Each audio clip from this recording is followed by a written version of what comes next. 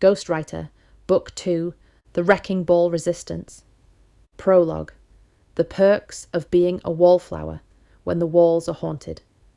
Ria Khan did not have imaginary friends growing up. She had vaguely translucent, highly territorial housemates. For the first 10 years of her life, Ria assumed every household in England came with a few extra people who didn't eat dinner, never spoke above a raspy whisper, and steadfastly refused to change their clothes. In her Grandad Khan's cramped terraced house in Swindon, there was Arthur. Arthur was a grumpy, perpetually soot-stained man who smelled faintly of wet coal, damp wool, and old rain. He sat exclusively on the worn hearth rug by the fireplace, staring into the gas heater as if waiting for it to turn back into a proper, roaring fire. Ria just thought Arthur was a very quiet, very pale uncle who was weirdly protective of the brass coal scuttle. "Arthur's in a mood again," 7-year-old Ria would announce, walking into the small kitchen and hopping onto a stool. "I tried to offer him a hobnob, but he just glared at the wall and sighed." Her mum would pause, stirring a bubbling pot of chicken stew, assuming her daughter had an incredibly detailed, overactive imagination. "Just leave him be, Ria. He's probably full. Eat your food." But Grandad Khan would pause in his armchair, puffing thoughtfully on his pipe, his dark eyes crinkling at the corners. Grandad Khan didn't have the sight, not really. He couldn't see the translucent man sitting on his hearth, but he had the deep, unwavering intuition of a man who had lived a long life and knew the world was far wider and stranger than what could merely be seen. "You leave Arthur to his scuttle, Beta," Grandad would say, offering Ria a knowing, gentle nod. "He's got his history, we've got ours. It's polite to let the past have its corner." It wasn't until secondary school that Ria finally realised other people's worlds weren't quite so crowded. Secondary school was already a terrifying, unforgiving ecosystem of awkward puberty, brutal social hierarchy, and the suffocating scent of Lynx Africa body spray. It was also the exact place where Ria realised that the weeping Victorian girl, permanently hovering in the third cubicle of the girls' toilets, was not, in fact, an overly committed goth-skipping PE. It happened in Year 9.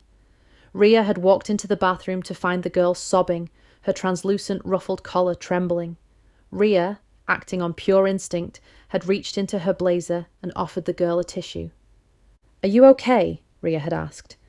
A group of older girls had walked in at that exact moment. They stopped, staring at Ria, who was standing in front of an empty cubicle, holding out a crumpled Kleenex to absolutely nothing. "Who are you talking to, weirdo?" one of them sneered, looking around the empty tiled room.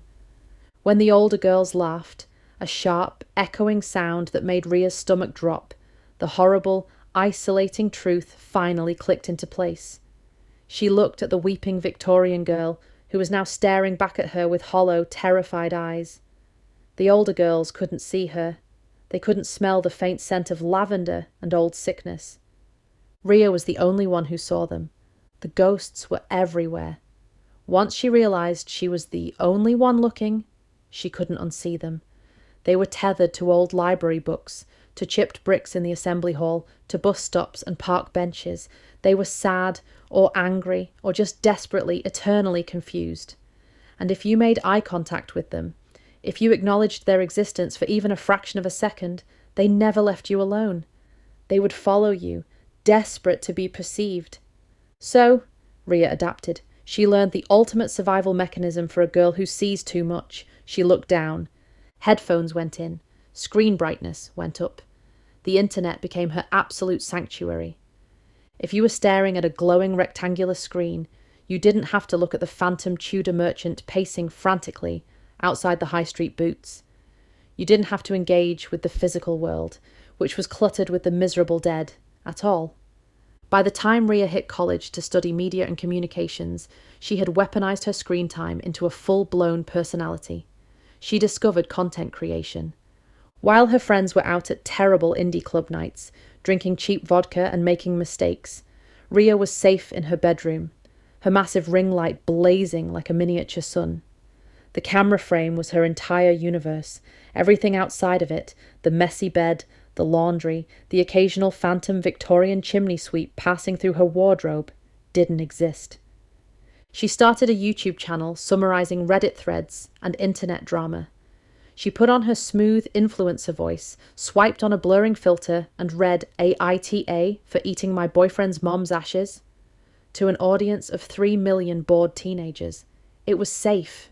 It was meticulously controlled. The internet had trolls, sure, but digital trolls didn't accidentally walk through your chest and leave your lungs feeling like they were filled with ice water. Her mum was supportive, if entirely bewildered by the concept of digital currency. "Are you getting a real job after college, Ria? Or are you just going to keep talking to your telephone in the dark?" she would ask over Sunday dinner. "The telephone pays the internet bill, Mum," Ria would reply, hiding behind her iced matcha latte and avoiding looking at the spectral milkmaid weeping in the corner of the dining room. College was also where she met Bella. Bella, who aestheticized her own sadness. Bella, who drank oat milk lattes, used vintage typewriters ironically, and who eventually published a best-selling memoir titled Sailing Through the Void, a book entirely about feeling empty while vacationing on her father's yacht. Bella made Ria feel profoundly working class, profoundly messy, and profoundly inadequate. Ria was making reaction videos in a damp bedroom. Bella was making art. Bella was a voice of a generation, while Ria was just aggregating memes to avoid making eye contact with poltergeists. When Grandad Khan passed away during Ria's final year of college, it broke her heart completely. The anchor of her childhood was suddenly gone. For weeks after the funeral, she returned to his empty house. She sat in his worn armchair, staring at the brass coal scuttle, desperately hoping her grandad would appear. She waited for a drop in temperature. She waited for the smell of his pipe tobacco. She waited for a ghost. She desperately wanted his ghost. But he never came.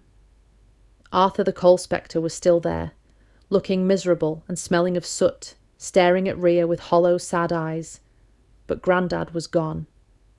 That was the week Ria realised the saddest, most brutal truth about her supernatural ability. The ghosts she saw weren't the lucky ones. They weren't magical guardians. They were the ones who were stuck. Grandad Khan had moved on to whatever came next because his life had been full, and he was ready.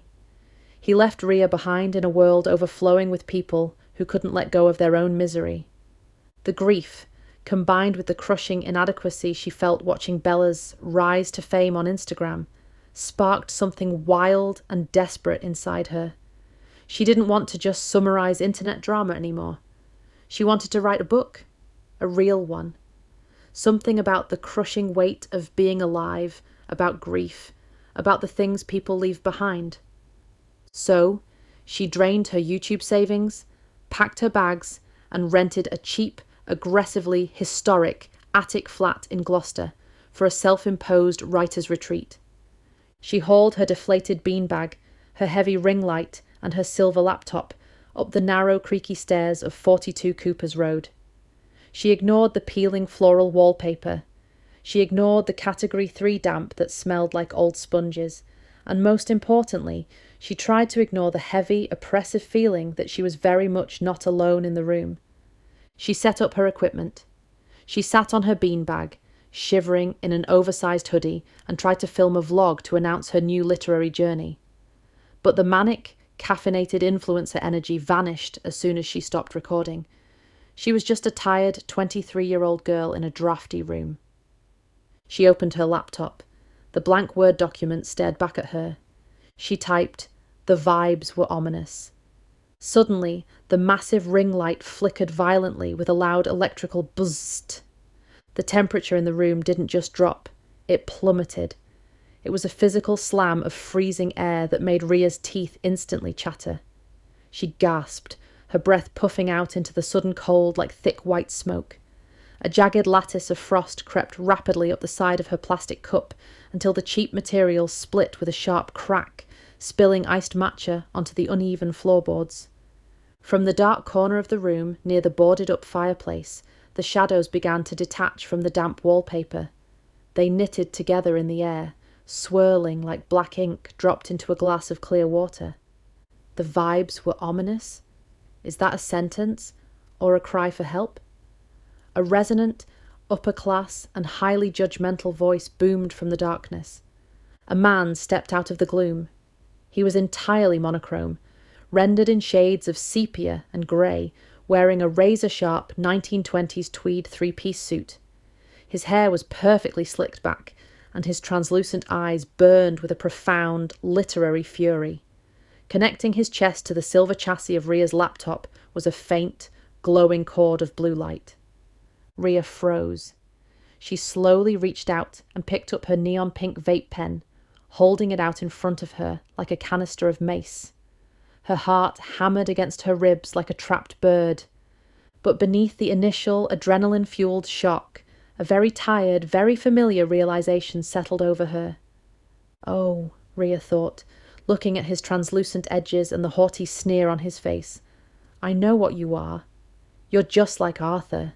You're just a stuck thing. You're just a very loud, very posh Arthur.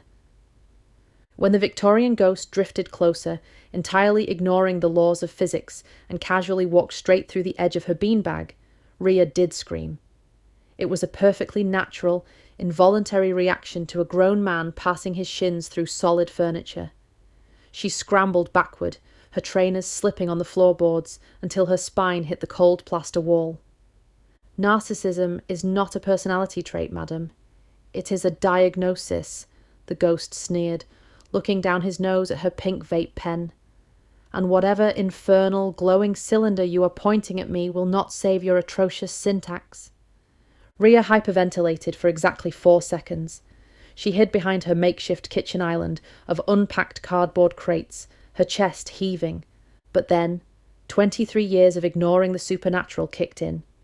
Years of coping through content creation, combined with the sheer, crushing reality of her current financial situation, overrode her terror. She wasn't dealing with a demon from hell. She was dealing with a roommate who wasn't on the lease. Her hand shaking wildly, she pulled out her phone, opened the camera app, and started filming him. Okay, so this is happening, Ria said, her voice trembling but gaining strength. I'm being haunted. This is actually great content. This is a vlog twist. The ghost looked at her smartphone with absolute, unadulterated disgust. Who are you speaking to? Are you mad? Or just American? Ria lowered the phone.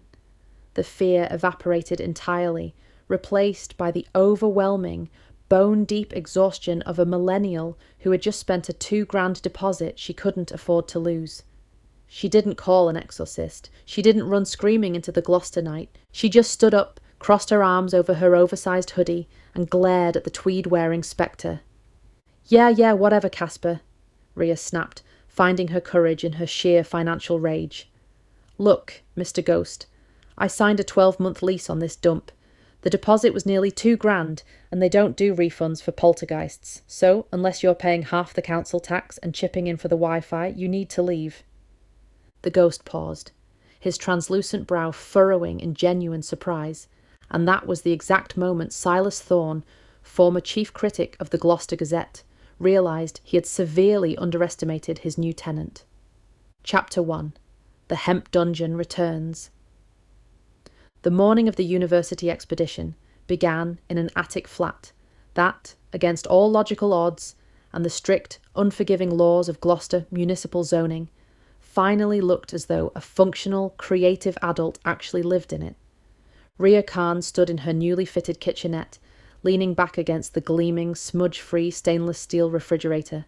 She took a slow, appreciative sip of ethically sourced coffee from a heavy ceramic mug that did not possess a single chip, crack, or questionable tea stain. For the first time since she had signed the lease, the precarious, leaning towers of damp cardboard moving boxes that had haunted her periphery for months were completely, mercifully gone. In their place was a meticulously curated sanctuary. She had a proper, plush, emerald green velvet sofa in the lounge area, adorned with mustard yellow throw pillows. She had a sturdy, mid-century, modern walnut desk, positioned perfectly by the window in her dedicated office space, and perhaps most impressively, she had actual framed vintage prints of Gloucester hanging on the walls, completely hiding the peeling, nicotine-stained floral wallpaper beneath. It was a domestic masterpiece. After years of transient student housing, cramped childhood bedrooms, and sharing bathrooms with people who didn't understand how to buy toilet paper, it was the very first place she had ever truly felt at home, and she absolutely refused to let the Gloucester City Council demolish it. Taped to the front of her beautiful new fridge, secured tightly by a novelty magnet shaped like a vintage typewriter, was a piece of aggressive, neon-pink municipal stationery. Notice of condemnation and demolition. 30 days remaining. Ria, I implore you to silence that glowing rectangular pocket telegraph of yours. The relentless vibrating is entirely disrupting my concentration, and the frequency of the buzzing is giving me a phantom migraine, Silas Thorne announced, materializing seamlessly out of thin air near the kitchen island. His sudden, ghostly appearance coincided exactly with Ria's smartphone, vibrating violently against the quartz countertop with yet another panicked text message from Baz. Silas, looking impossibly sharp in his immaculate, monochromatic 1920s tweed three-piece suit, was hovering a leisurely 3 inches above the polished hardwood floor. As a ghost, Silas's emotional state was inextricably tied to his physical, atmospheric manifestations.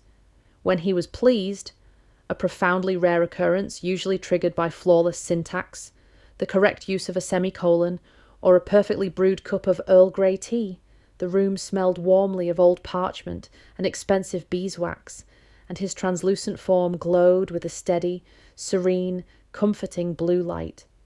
However, when he was annoyed, his ghostly power manifested as a sharp, highly localized drop in atmospheric pressure.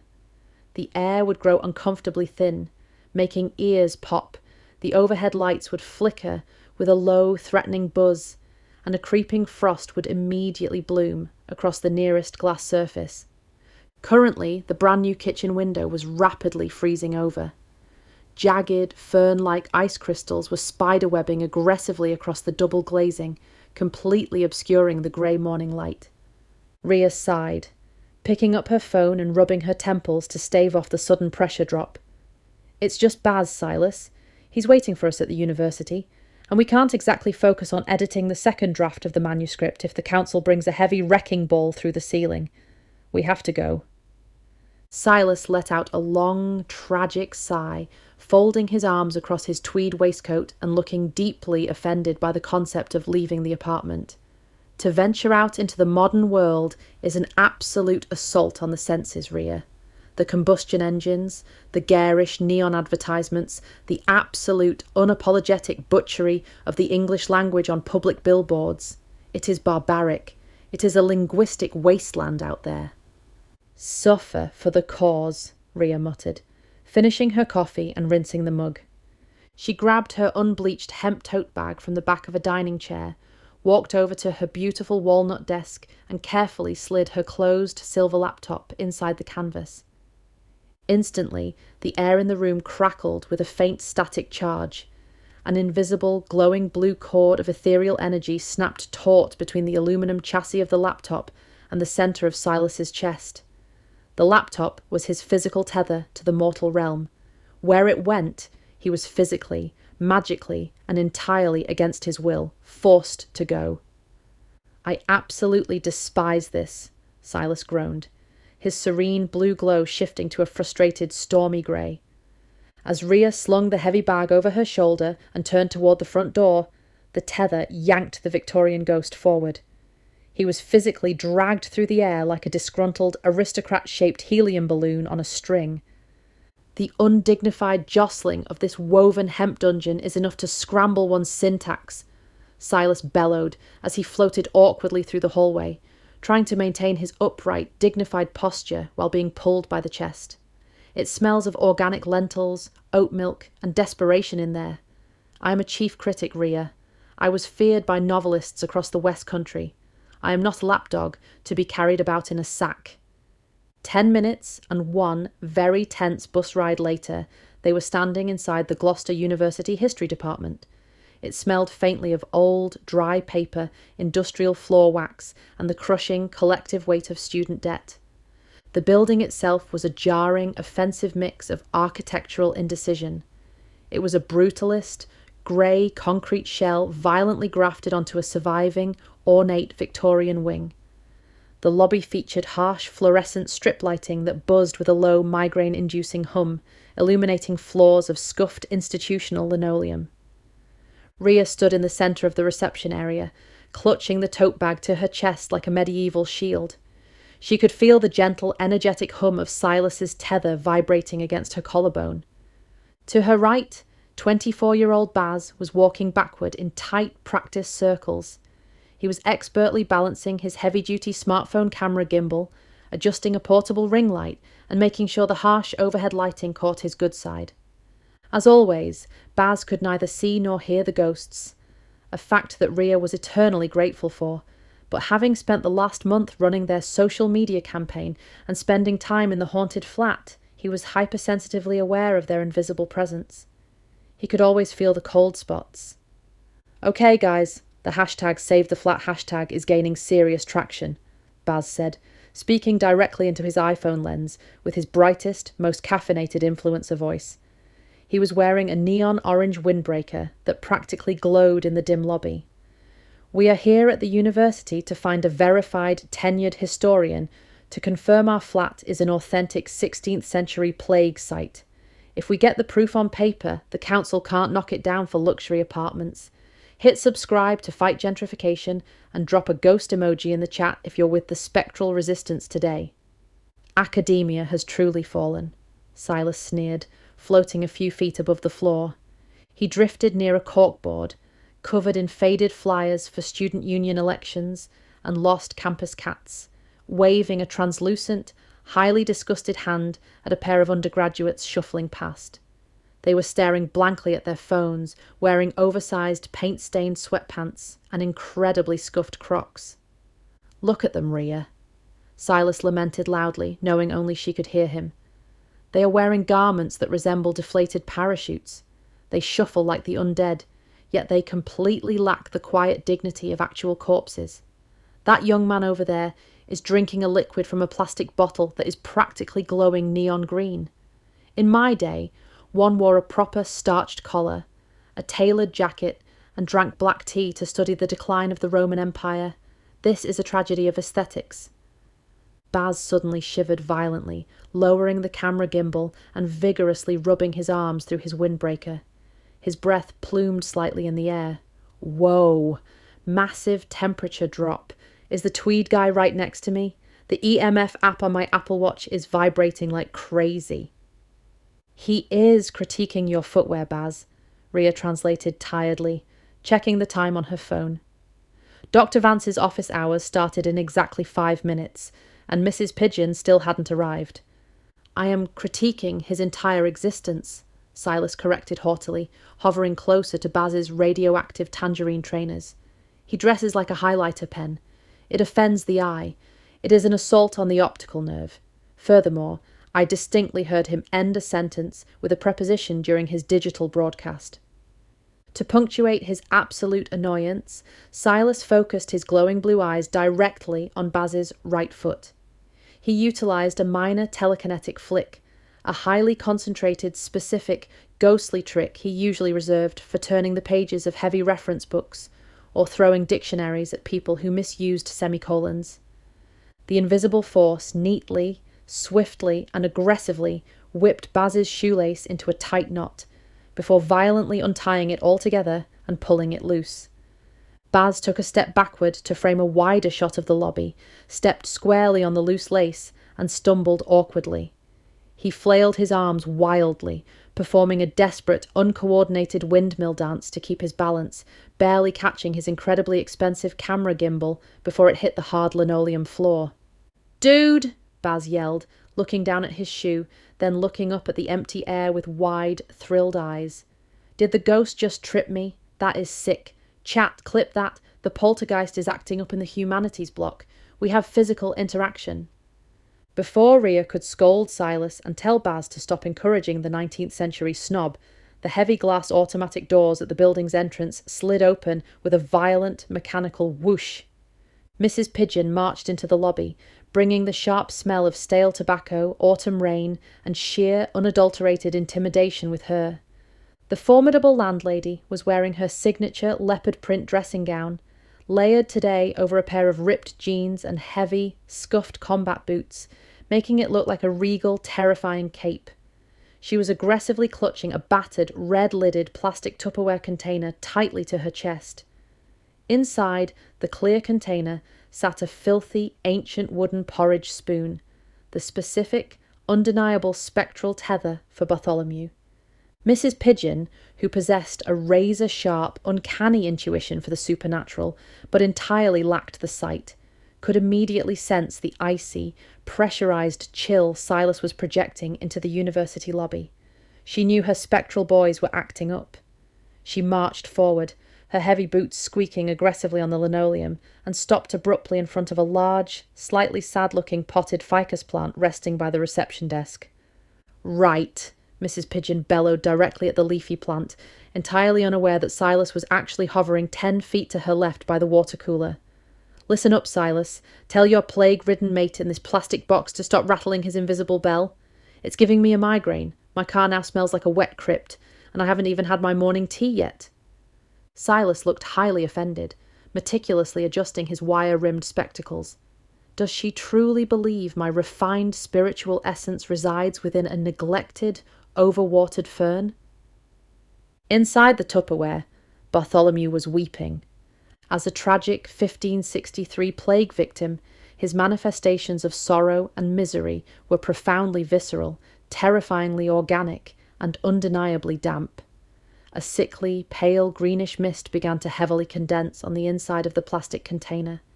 The faint, stomach-turning smell of rotting raw onions, wet graveyard earth, and ancient, unwashed despair began to seep rapidly through the supposedly airtight rubber seal.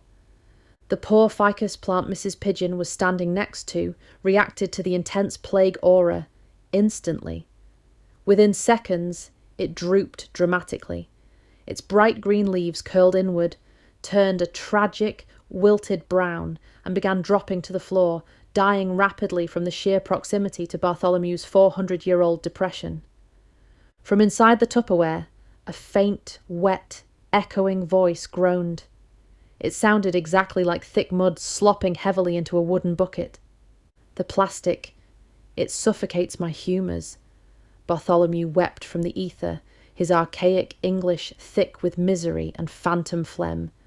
"I am a creature of the 1563 outbreak. I should be resting in a dignified wooden casket, or at least a burlap sack. Not trapped in a transparent tomb of modern alchemy meant for leftover spaghetti. Bring out your dead." "Mrs. Pigeon, Silas is over here," Rhea sighed. She walked over, gently taking the formidable landlady by the elbow and pointing her away from the rapidly dying plant and toward the water cooler. "Whatever.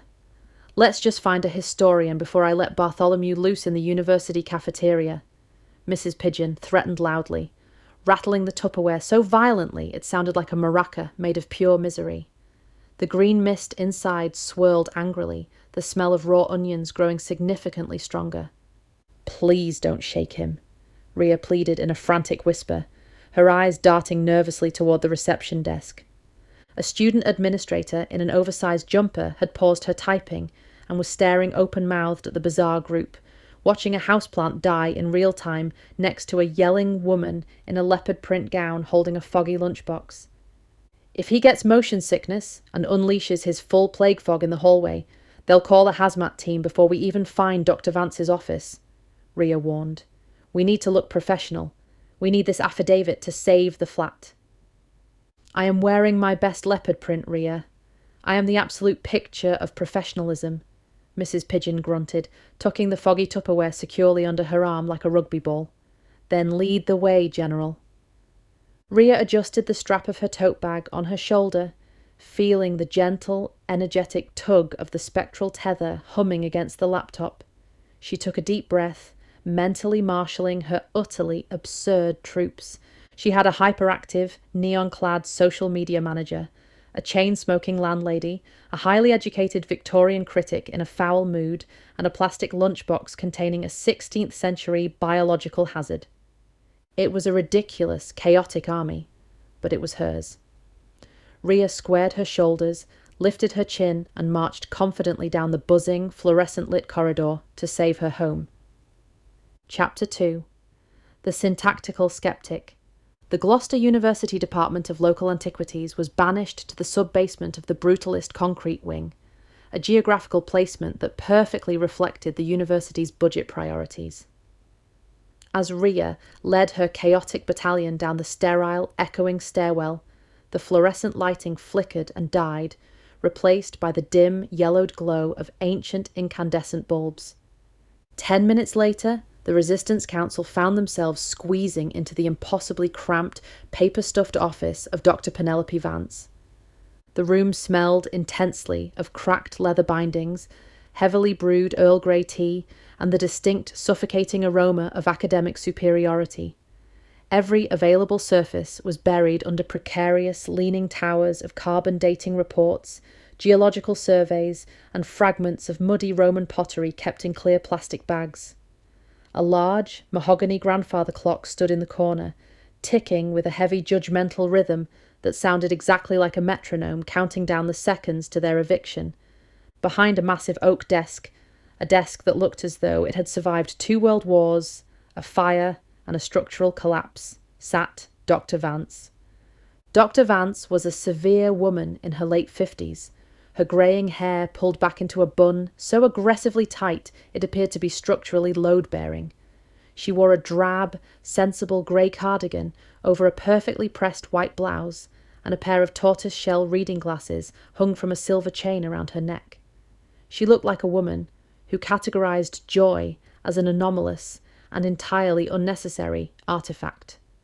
Rhea Khan sat in the only available visitor's chair, a creaky wooden monstrosity that threatened to splinter under her weight. She clutched her unbleached hemp tote bag tightly to her chest. She could feel the faint, energetic hum of her silver laptop through the canvas, a constant reminder of the glowing blue tether connecting the device to Silas Thorne. Silas, meanwhile, was floating a few inches above the ceiling lamp, completely ignoring gravity. He was glaring down at Dr. Vance's cardigan, having immediately decided the garment was a profound affront to the history of British tailoring. Dr. Vance stared at Rhea. She then shifted her flat, unimpressed gaze to the camera gimbal Baz was currently pointing at a piece of 12th century masonry resting on her bookshelf. Finally, her eyes settled on Mrs. Pigeon, who was casually resting a battered plastic Tupperware box on a stack of peer-reviewed journals. Inside the plastic container, Bartholomew's filthy, ancient wooden porridge spoon rattled faintly. Bartholomew, the 16th century plague victim, manifested his profound sorrow through dampness and decay, because he was currently experiencing the existential misery of being trapped in a modern food storage container.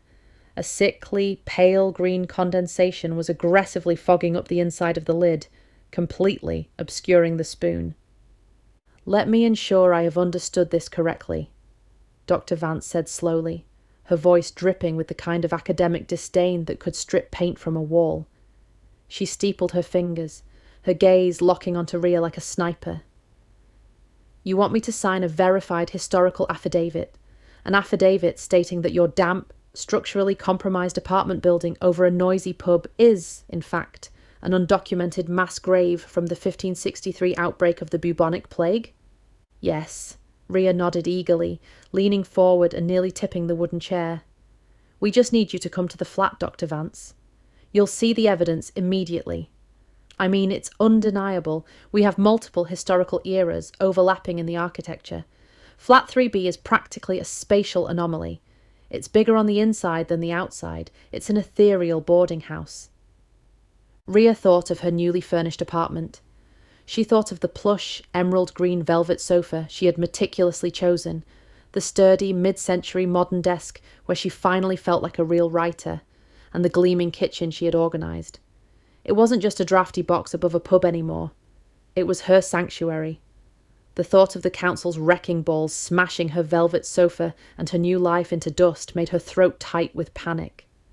"And by evidence, you mean ghosts," Dr. Vance deadpanned. She didn't blink. She gestured toward Baz with a silver fountain pen. "Miss Khan, you have brought a cameraman in neon footwear into my office. You are asking a tenured professor to legitimize a social media prank to save you from a lawful eviction. It is not a prank, Silas roared from the ceiling, his ghostly form expanding in pure aristocratic outrage. Because Silas's emotions were directly tied to his spectral manifestations, his sudden fury triggered a violent, localized drop in atmospheric pressure. The heavy stacks of academic papers on Dr. Vance's desk began to flutter wildly, as if an invisible window had been thrown open in a storm. The steaming cup of Earl Grey tea sitting next to the professor's elbow instantly went ice cold, a delicate, fractal web of frost blooming rapidly across the surface of the liquid. I am Silas Thorne, chief critic of the Gloucester Gazette 1919 to 1925, Silas bellowed, floating down until he was hovering mere inches from the desk, the frost creeping rapidly up the office windows. I am a master of syntax, I speak 6 languages, and I demand respect from this woman in the tragic knitwear. He's very upset right now, Rhea offered with a nervous, highly strained smile, trying to act as though the room hadn't just dropped to sub-zero temperatures. She casually nudged her chair away from the freezing desk. He says he's a chief critic and a linguist. Dr. Vance sighed, removing her glasses and pinching the bridge of her nose. She stubbornly attributed the sudden, bone-chilling cold and the fluttering papers to the university's notoriously terrible basement ventilation system. Miss Khan, there is absolutely no archival record of a plague pit on Cooper's Road, Dr. Vance said, her tone final and exhausted. Furthermore, your friend is recording this, which tells me you are merely looking for digital validation. I deal in carbon dating, soil stratification, and primary sources, not internet trends, and certainly not vibes. Silas gasped, dramatically clutching his tweed waistcoat. She used the word vibes. Silas shrieked, his spectral form flashing a dangerous, angry crimson for a fraction of a second. A woman of letters, an academic, resorting to millennial slang. The hypocrisy is staggering. Rhea, unleash the plague ghost, unseal the Tupperware. Let Bartholomew teach her a lesson in primary sources. Let her smell the 16th century. No, we are not unleashing the plague ghost in a university, Rhea hissed through her teeth, glaring at the empty air above the desk. We promised no biological warfare. Did you just tell me to unleash a plague ghost? Dr. Vance asked, her voice deadly quiet. Her left eyebrow raised so high it nearly merged with her hairline. I was talking to my literary mentor. Rhea backpedaled frantically. She patted the hemp tote bag holding her laptop to appease the furious Victorian ghost tethered to it. Look, Dr. Vance, if the building is demolished, Gloucester loses a piece of its soul. It loses its actual history. Just come for 10 minutes. If you don't find any historical significance, you can leave. I promise. Mrs. Pigeon, who was entirely blind and deaf to the ghostly argument but could feel the icy, pressurized chill radiating from Silas's temper tantrum, grunted in agreement. She tapped the lid of the Tupperware box with a heavy, ring-covered finger to emphasize her point. The sharp tap disturbed Bartholomew. A muffled, guttural wail echoed from the plastic confines. O crudelis sors, vermes carnem meam edunt, et nunc in carcere crystallino claudor. What on earth is that noise? Dr. Vance asked, frowning at the Tupperware. Bartholomew is speaking archaic Latin, Silas translated flawlessly, floating backward and holding his nose. He says, Oh, cruel fate, the worms eat my flesh and now I am locked in a crystalline prison. He is also threatening to vomit his corrupted humours on her paperwork. Before Rhea could relay the translation, a faint, stomach-churning smell of raw onions, wet earth, and ancient despair began to seep through the plastic seal, filling the cramped office. Dr. Vance wrinkled her nose, looking around for a rotting sandwich. Baz leaned in, sensing an opening.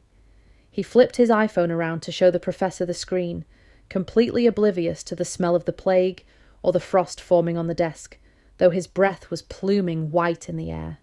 Dr. Vance, think of the exposure, Baz pitched smoothly, tapping a wildly fluctuating graph on his analytics app. We've got 50,000 views on the Poltergeist in Planning Office video alone, and it's climbing fast. The algorithm loves historic trauma right now. If you confirm the site on camera, your department goes viral. That means alumni engagement. That means university funding. That means municipal grants. Dr. Vance froze. Her eyes locked onto the rising view count on Baz's screen. The word funding seemed to cut through her academic skepticism like a hot knife through butter. The history department had been trying to secure a grant for a new radiometric dating lab for 3 long, chronically underfunded years.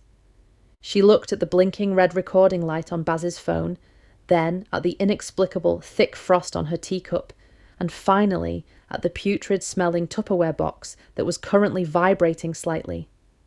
10 minutes, Dr. Vance agreed sharply. She stood up, snatched her heavy tweed coat from a coat rack, and pointed a finger at Rhea. But if this is a waste of my time, Miss Khan, I will personally call the City Council and ensure your demolition is expedited. Brilliant, Mrs. Pigeon grunted, snatching the Tupperware off the desk and tucking it under her arm. Come on, Bartholomew. Brace yourself and try not to leak your sad, onion-scented ectoplasm all over the professor's nice car. It's a tight squeeze in the Fiesta. As they filed out of the office and back into the fluorescent-lit corridor, Silas floated down to eye level with Rhea. The frost on the windows began to melt behind them as his anger was rapidly replaced by a deep, looming anxiety regarding their actual purpose. We have secured the historian, Rhea, Silas whispered, his translucent brow furrowed with stress. But the true terror begins tonight. Chapter 3's pacing still drags like a wounded badger. It is sluggish. It is laborious. Rhea gripped her tote bag tighter. She could feel the invisible tether connecting her to her ghostwriter, a constant reminder of the monumental task ahead. The clock was ticking. The wrecking ball was swinging. They had to save the ethereal boarding house, manage a multilingual roster of ghosts, and somehow, amidst the absolute chaos, edit a masterpiece before they were all homeless. Chapter 3. The Tupperware Unleashed. The narrow, creaky stairs of 42 Cooper's Road had never felt so much like a walk to the gallows. Dr. Penelope Vance ascended with the stiff, judgmental posture of a woman actively calculating the property value and finding it entirely lacking. Rhea trailed behind her, clutching her unbleached hemp tote bag containing her laptop. Because Silas's spectral essence was magically tethered to the device, he was forced to float awkwardly up the stairwell in tandem with the bag, his tweed suit occasionally passing through the peeling floral wallpaper. This is not historic character, Miss Khan, Dr. Vance announced as they finally breached the attic flat. This is aggressive subsidence and Category 3 damp. If there is a plague pit beneath us, I'd wager the mould in the bathroom poses a far more immediate threat to public health. Just give us 5 minutes, Rhea pleaded, hurrying over to her designated office space and setting the laptop down on her sturdy, mid-century modern desk. Instantly, the invisible glowing blue tether snapped slack. Silas let out a dignified sigh of relief, materializing fully in the center of the room and straightening his cravat. Finally, Silas huffed, crossing his arms. The undignified jostling of that canvas prison is enough to scramble one's syntax. Now, let us educate this academic Philistine. Baz walked into the room backward, holding his camera gimbal steady. Okay, live stream is active. Chat is asking if we've found the ghost yet, Baz said, his eyes glued to his iPhone screen. He couldn't see Silas, but he instinctively stepped around the exact spot where the Victorian critic was hovering, shivering violently. Bro, the temperature in here is literally Arctic right now.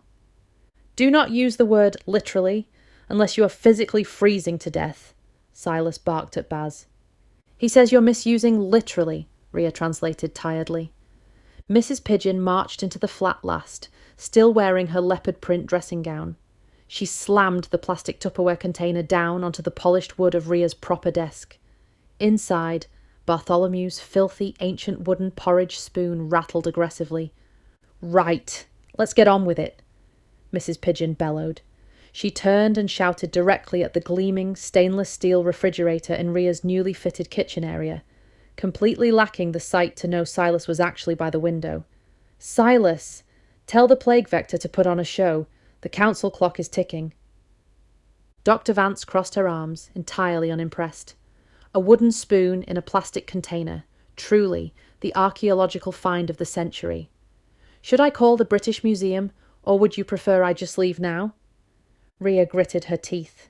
She grabbed the plastic lid of the Tupperware and popped it off.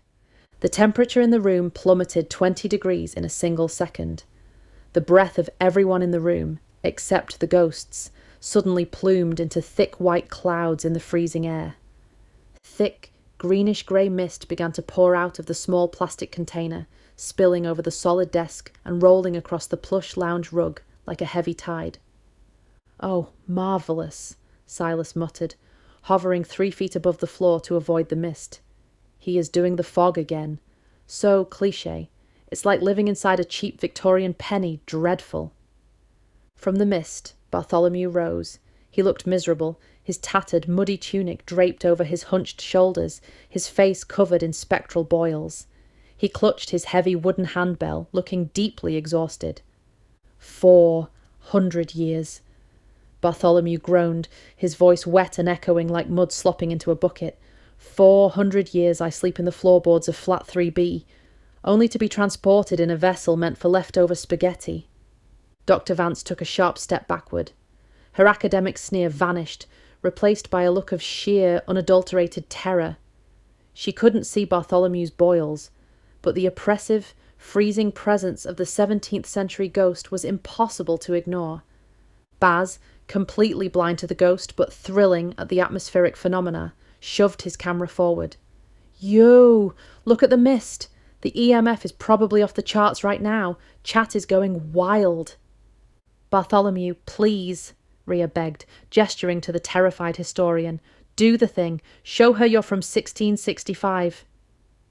Bartholomew sighed heavily. He raised his heavy wooden handbell and gave it a singular, deafening toll. Clang. The sound vibrated in Dr. Vance's teeth. Suddenly, the peeling floral wallpaper of the attic seemed to melt away. For a terrifying, localized 10 seconds, the attic flat morphed. Dr. Vance didn't see the modern red brick of Gloucester. She saw mud, timber, and darkness. The overpowering smell of damp earth, raw onion, and despair flooded the room. "Bring out your dead," Bartholomew bellowed, the sound shaking the window frames. "Okay, yes, the dead. We get it," Dr. Vance shrieked, pressing her back against the doorframe, her eyes wide with terror. "It's a plague pit. Verified. 17th century. Just put the lid back on the container." Mrs. Pigeon triumphantly grabbed the Tupperware lid and snapped it back onto the box. Instantly, the heavy green mist sucked back into the spoon. The freezing temperature neutralized, and the horrific smell of raw onions vanished. Dr. Vance stood completely still, her chest heaving. She looked at Rhea, then at the Tupperware. "I will file the injunction," Dr. Vance whispered, her voice trembling. 30 days. You have a 30-day historical preservation hold, but if the developers hire their own exorcist, you are entirely on your own."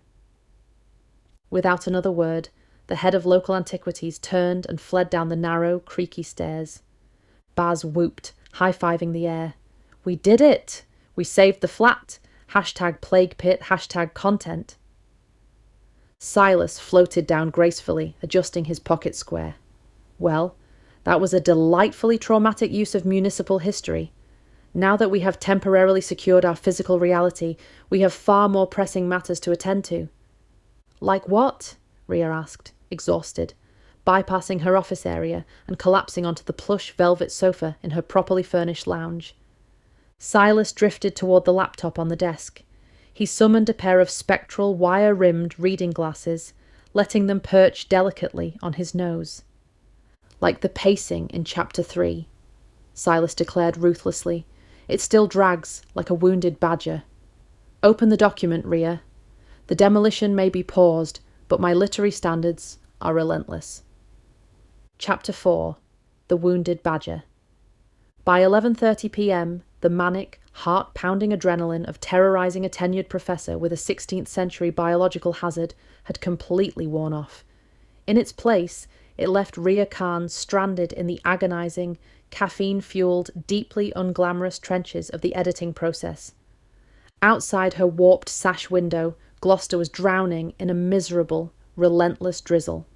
It was the kind of distinctly British rain that didn't just fall, it hovered, soaking into the brickwork and seeping into the soul. Across the high street, the neon, cloudy with a chance of vape sign flashed its aggressive, inescapable sequence. Red, dark, red, dark. It bathed the dark attic in a manic, pulsing light that perfectly synchronized with the throbbing, persistent headache taking root directly behind Ria's eyes. She sat at her newly purchased, sleek, mid-century modern walnut desk, hunched over her glowing silver laptop like a gargoyle guarding a cathedral. The rest of her apartment sat in the shadows behind her, a tangible testament to her sheer willpower.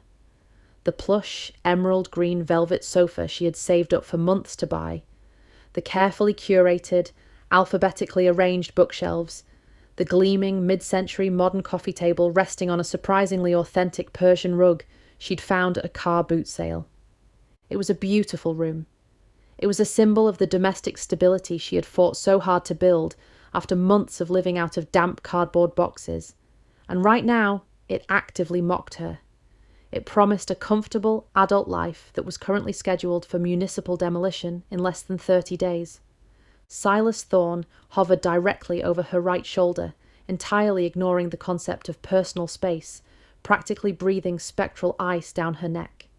He had summoned a pair of ghostly, wire-rimmed reading glasses out of thin air, which perched delicately on the bridge of his aristocratic nose, making him look devastatingly intellectual and completely intolerable.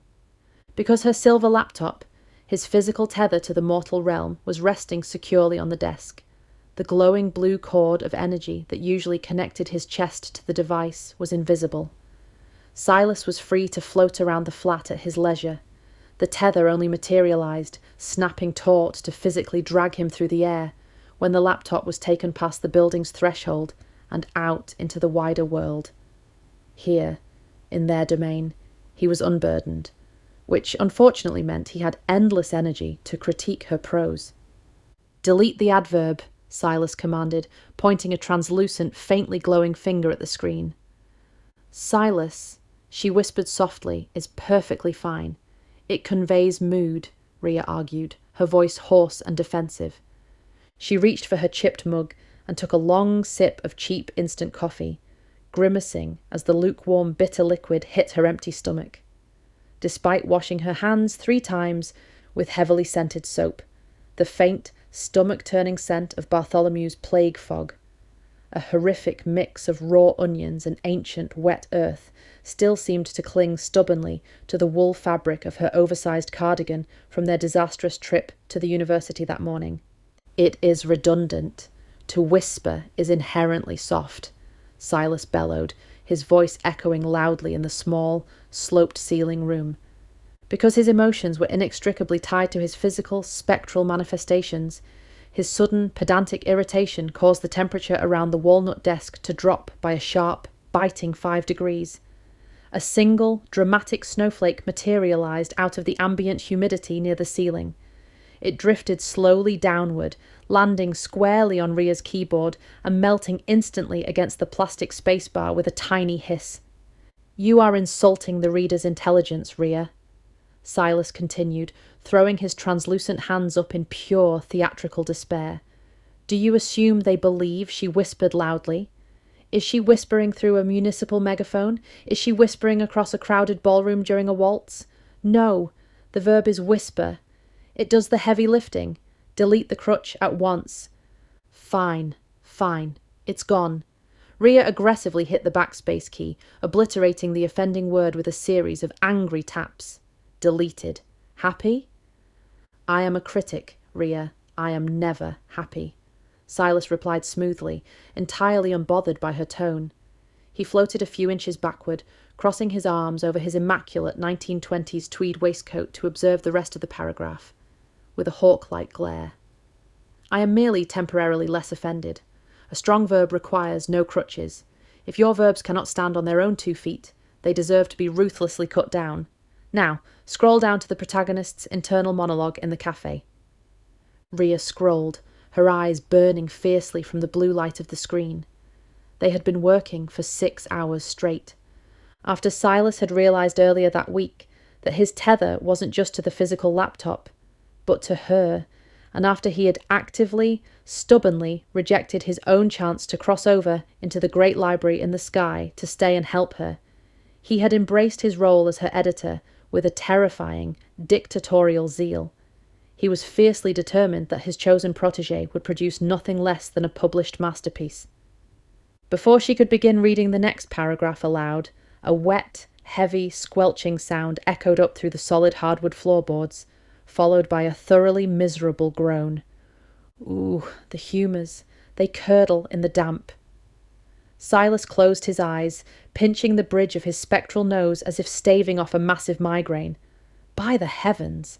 Bartholomew is restless tonight. What is he doing down there? Rhea groaned, letting her head fall forward onto her desk with a thud. Flat 3B, the boarded-up, empty apartment directly beneath hers, was currently acting as Bartholomew's holding cell. Mrs. Pigeon had left his wooden porridge spoon, his specific physical tether, on the dusty mantelpiece down there. Like Silas, as long as Bartholomew's spoon wasn't moved far away, the 17th century plague victim was free to wander the confines of the lower apartment, weeping and shedding phantom moisture. Alas, the apothecary brings no leeches. Bartholomew wailed from the floor below. The archaic, thick 1563 dialect was so garbled with misery that Rhea could barely parse the words. He is complaining about the lack of medieval medical care, Silas translated wearily, his keen ear for languages and historical dialects acting as Rhea's personal supernatural decipherer. He says the floorboards are too hard for a man of his delicate constitution, and he is deeply offended that Mrs. Pigeon put him in a plastic Tupperware container earlier today. It bruised his ego. Silas didn't even bother to walk to the door. He simply sank straight down through the floorboards until only his head and shoulders were visible in Rhea's apartment. He looked like a very angry, tweed-wearing bust resting on her floor rug. Silentium! Silas roared through the plaster and into flat 3B below. His voice echoed with the terrifying, absolute authority of a Victorian headmaster who had just caught students smoking behind the bicycle sheds. Bartholomew, cease your weeping. You have been dead for 4 centuries. Your humours are permanently curdled. Get over it. The dampness from your tears is warping Rhea's floorboards. We are attempting to craft literature up here. Have some respect for the written word. The squelching and groaning abruptly stopped mid-wail. A final, apologetic sniffle echoed up through the wood. Silas floated back up into the room, dusting off his lapels, as if dealing with the lower floor had physically soiled his garments. Spectral babysitter, he muttered bitterly to himself, adjusting his cuffs. That is what I have been reduced to. A glorified superintendent for the historically incompetent. Continue reading, Rhea. The cafe scene. Read it aloud so we may hear the rhythm of the prose.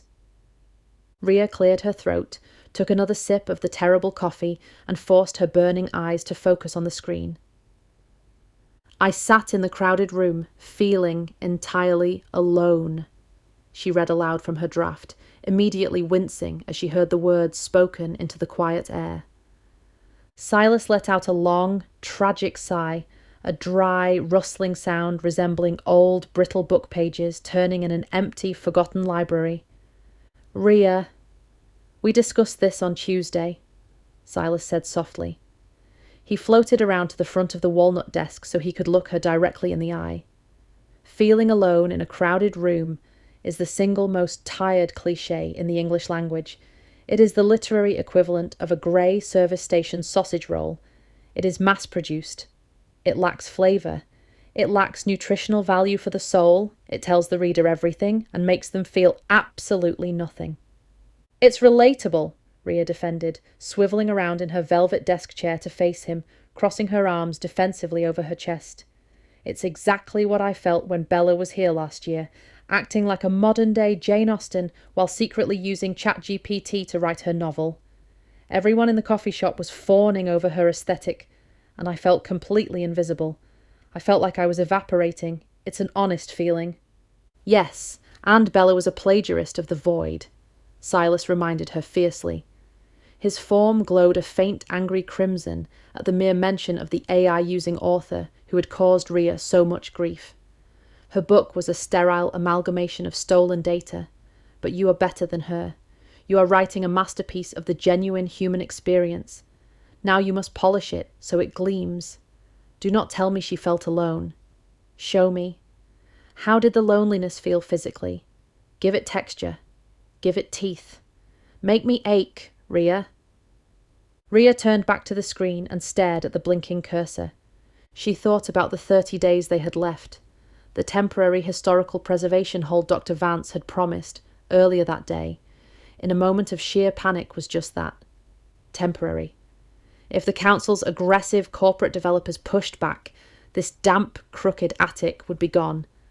Her beautiful new velvet sofa, her curated bookshelves, Silas's mahogany wingback memories, Bartholomew's haunting grounds below, all of it would be reduced to a pile of rubble and plaster dust. She would lose the only home where she had ever truly belonged, and Silas, stripped of his sanctuary, would be cast out onto the cold streets of Gloucester as a wandering, displaced phantom. She placed her fingers on the keys, channeling that deep, suffocating fear of loss, that isolating terror of being entirely erased from the world. She typed, "The cafe buzzed around me." 100 separate, meaningless conversations locking together to form a solid brick wall of noise. I sat on my side of it, pressing my hands flat against the sticky table, wondering if anyone would notice if I simply faded into the wallpaper, becoming nothing more than a coffee stain of a person they used to know. Silas leaned in closer over her shoulder, his ghostly, wire-rimmed glasses reflecting the harsh white light of the screen. His form slowly shifted from its standard grayscale to a faint, warm, deeply approving blue, his unique manifestation of genuine literary pleasure. The freezing chill around the desk instantly vanished, replaced by the rich, comforting, heady scent of old parchment, pipe tobacco, and expensive beeswax. "The brick wall of noise," Silas repeated softly, rolling the words around in his mouth like fine wine. "It is claustrophobic, it is visceral, and unlike Bella, you have only used the word visceral once tonight. The imagery of fading into the wallpaper, it is tragic. It is adequate." Rhea smiled weakly, sagging back into the plush velvet of her chair. She knew that adequate was the absolute highest praise the ghost could possibly offer without his Victorian ego imploding into a singularity. Suddenly, her phone buzzed violently against the solid walnut wood of her desk. It vibrated so hard it rattled a pen cup. A WhatsApp notification lit up the screen, casting a harsh, blinding white light against her tired face. It was from Baz. Rhea picked it up, fully expecting a meme, a late-night update on their TikTok follow account, or a request for coffee in the morning. Instead, as she read the preview text on the lock screen, the colour drained entirely from her face. Her stomach plummeted into her shoes. "Baz. Yo. Emergency. Wake up if you're asleep. Check the council's public planning portal immediately." Rhea quickly unlocked her phone with trembling fingers and opened the chat. Baz. "The developer for the luxury flats just filed an aggressive counterclaim against Dr. Vance's historical hold. They're claiming the plague pit is a total hoax. They submitted a formal complaint to the city, saying our video was nothing but cheap practical effects, a hidden smoke machine, and a hired actor in a medieval tunic." Rhea read the next message, and the air completely left her lungs. Baz. "They're sending their own independent corporate surveyor on Friday morning at 9 a.m. sharp to prove Dr. Vance was tricked by social media influencers. If he signs off that the building is just structurally unsound and there's no historical value, the injunction drops instantly. They're fast-tracking the demolition for Monday morning. We need a plan. Now." Rhea's phone slipped from her slick hand, clattering loudly onto the desk. She stared blankly at the screen, the words blurring together into a meaningless, terrifying soup of letters. "Friday," she whispered. Her voice was hollow. "That's tomorrow. 10 hours. What is the matter? "Has the digital algorithm displeased you?" Silas asked, noting her sudden, deathly pallor. The warm scent of beeswax abruptly stopped, the air growing instantly stale. Rhea wordlessly picked up the phone, turned it around and pushed it across the desk to show the screen to Silas. He leaned in, peering through his ghostly spectacles, reading the digital text with a rapidly deepening, terrifying scowl. As the stark reality of the threat set in, Silas straightened his posture. He seemed to physically grow taller, his broad shoulders expanding, the very fabric of his tweed suit seeming to sharpen at the edges. He no longer looked like an eccentric editor. He looked deeply aristocratic, profoundly furious, and highly dangerous. His form flickered violently, like a dying light bulb caught in a power surge. The ambient temperature in the room didn't just drop, it plummeted to Arctic levels in a fraction of a second. Thick, jagged white frost raced aggressively across the surface of Rhea's walnut desk, freezing her coffee cup solidly to its coaster with a sharp crack, stopping mere inches from the aluminium chassis of her laptop. Down below, Bartholomew let out another low, wet wail. This time, not in self-pity, but in direct response to the violent, freezing shift in the spiritual atmosphere above him. "Let them send their surveyor," Silas declared. His voice was no longer a pedantic scold. It was cold, resonant, and entirely resolute.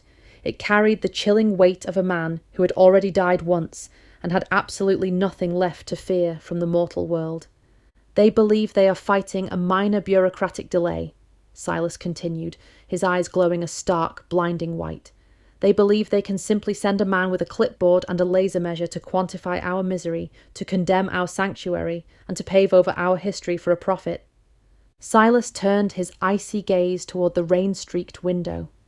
He looked out at the modern city, the flashing neon vape shops, the sterile traffic lights, the relentless, soulless march of concrete that wanted so desperately to erase them from existence.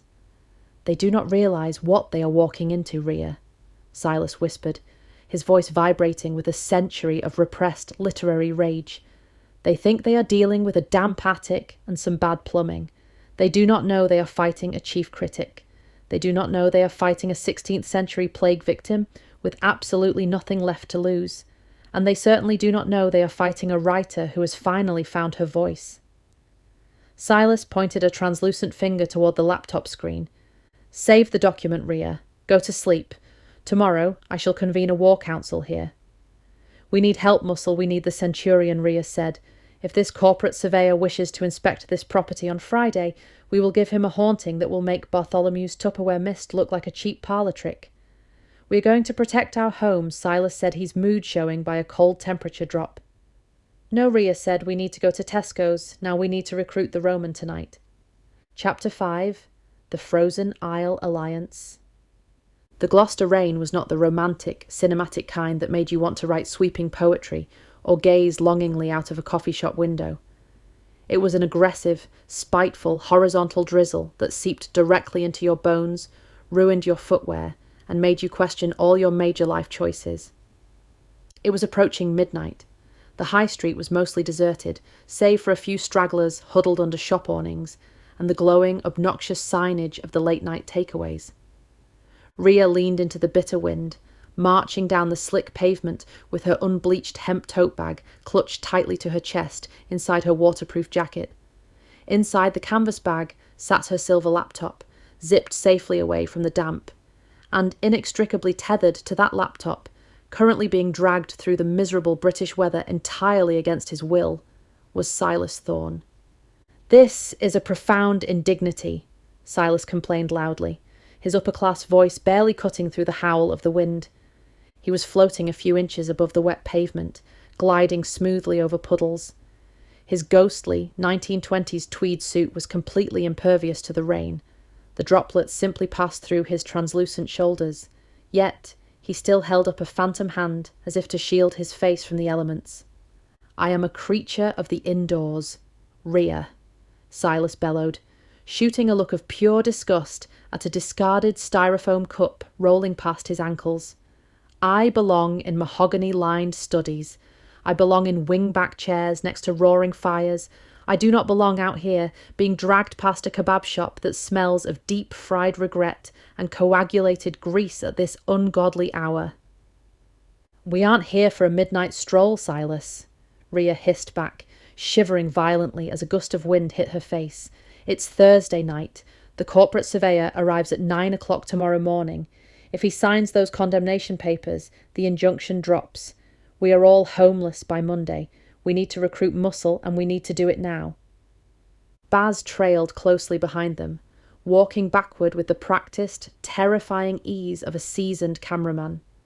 He held his phone steady on a heavy-duty gimbal, using his neon-orange jacket hood to shield the iPhone lens from the rain.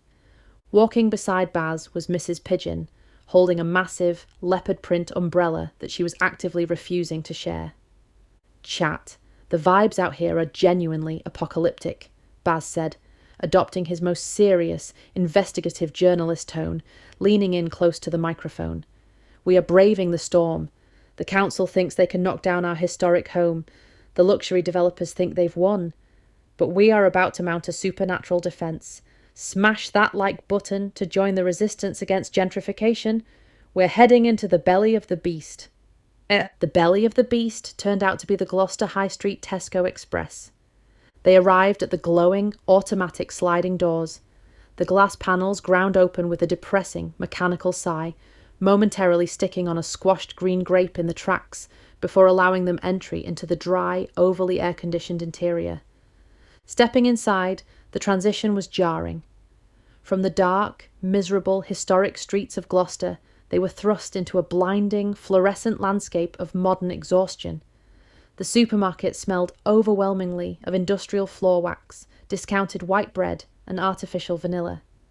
The artificial luminescence in this market is an absolute assault on the optical nerve, Silas complained, immediately recoiling from the harsh, buzzing strip lights and throwing an arm over his eyes.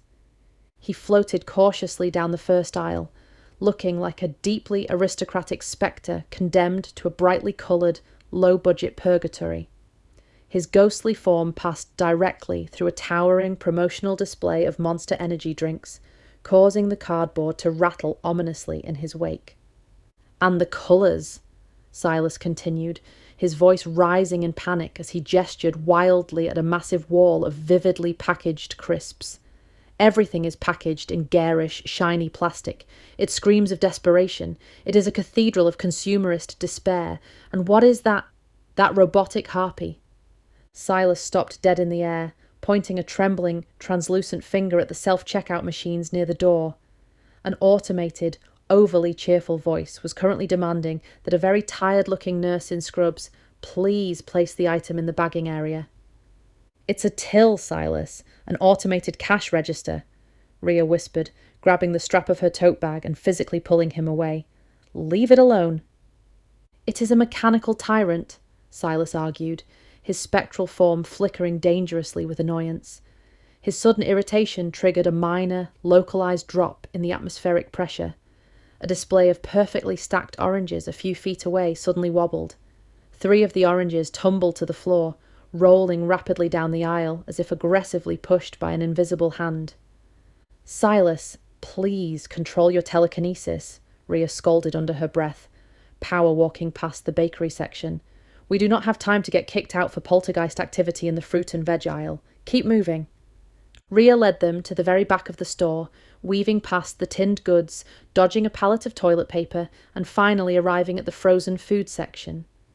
The air here was already mechanically chilled by the long row of humming, glowing refrigerators, but as they stepped past the frozen pizzas and the garlic bread, the temperature dropped unnaturally.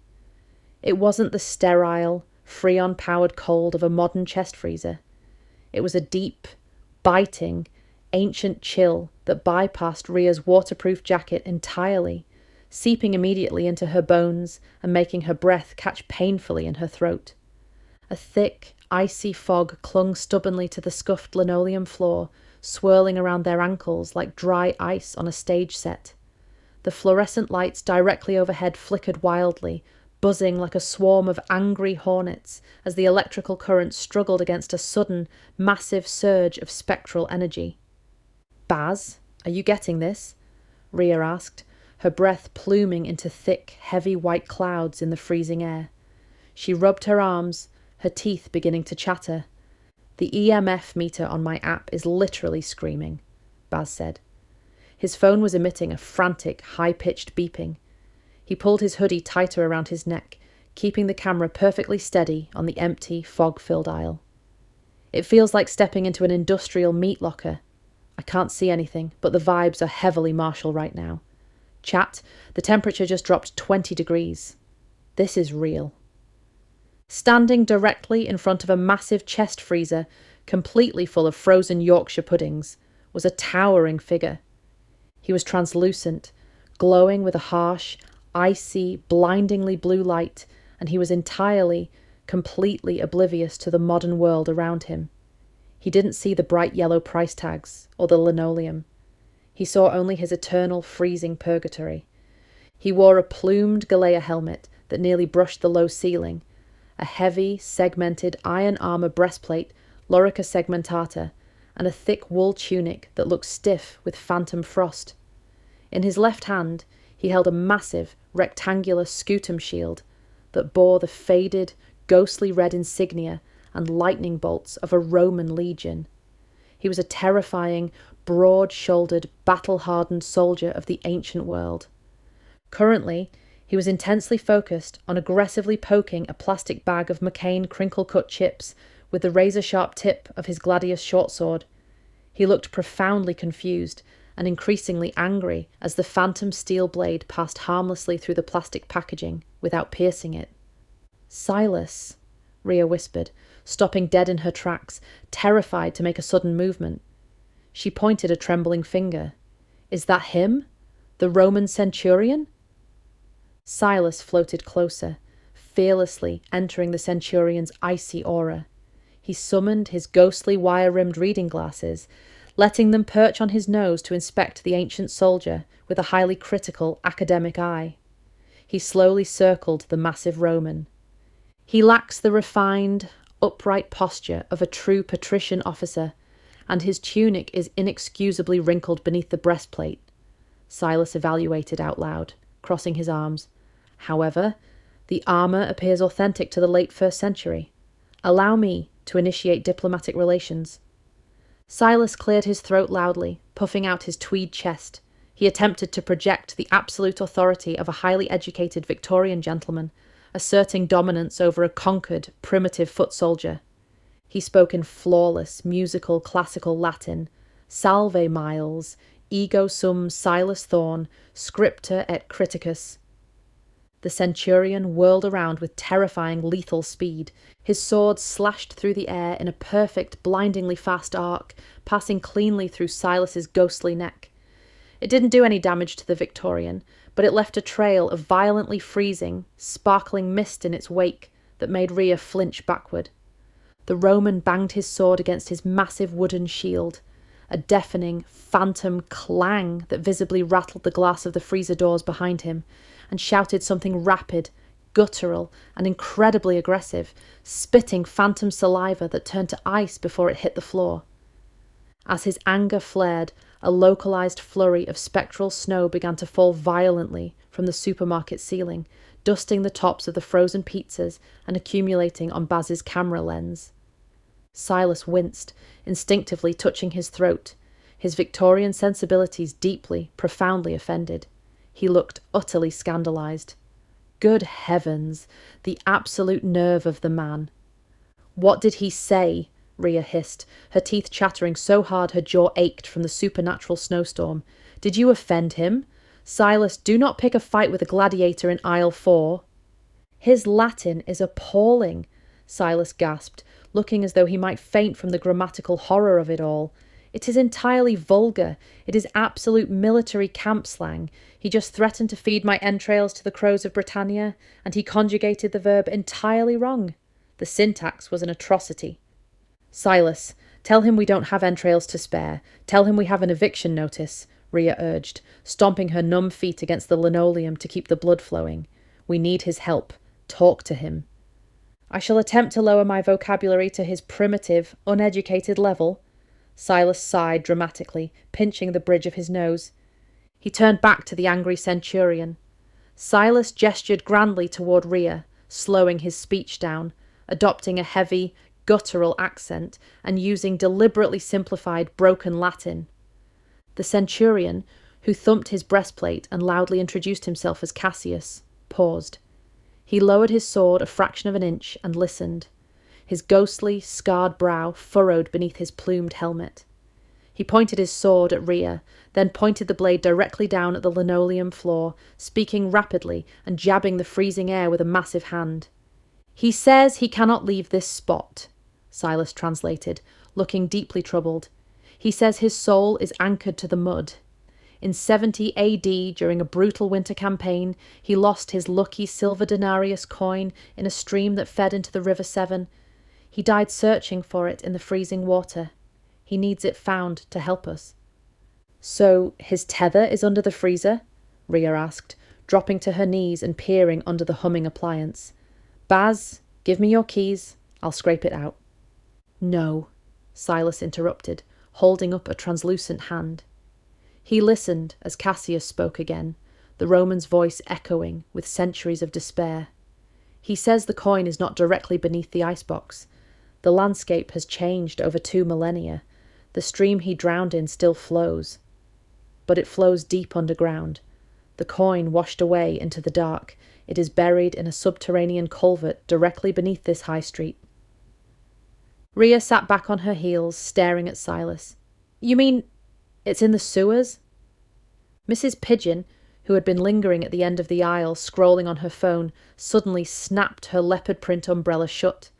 "Right, that's me out," Mrs. Pigeon announced loudly, turning on her heel. "Wait, Mrs. Pigeon, we need you," Rhea called out.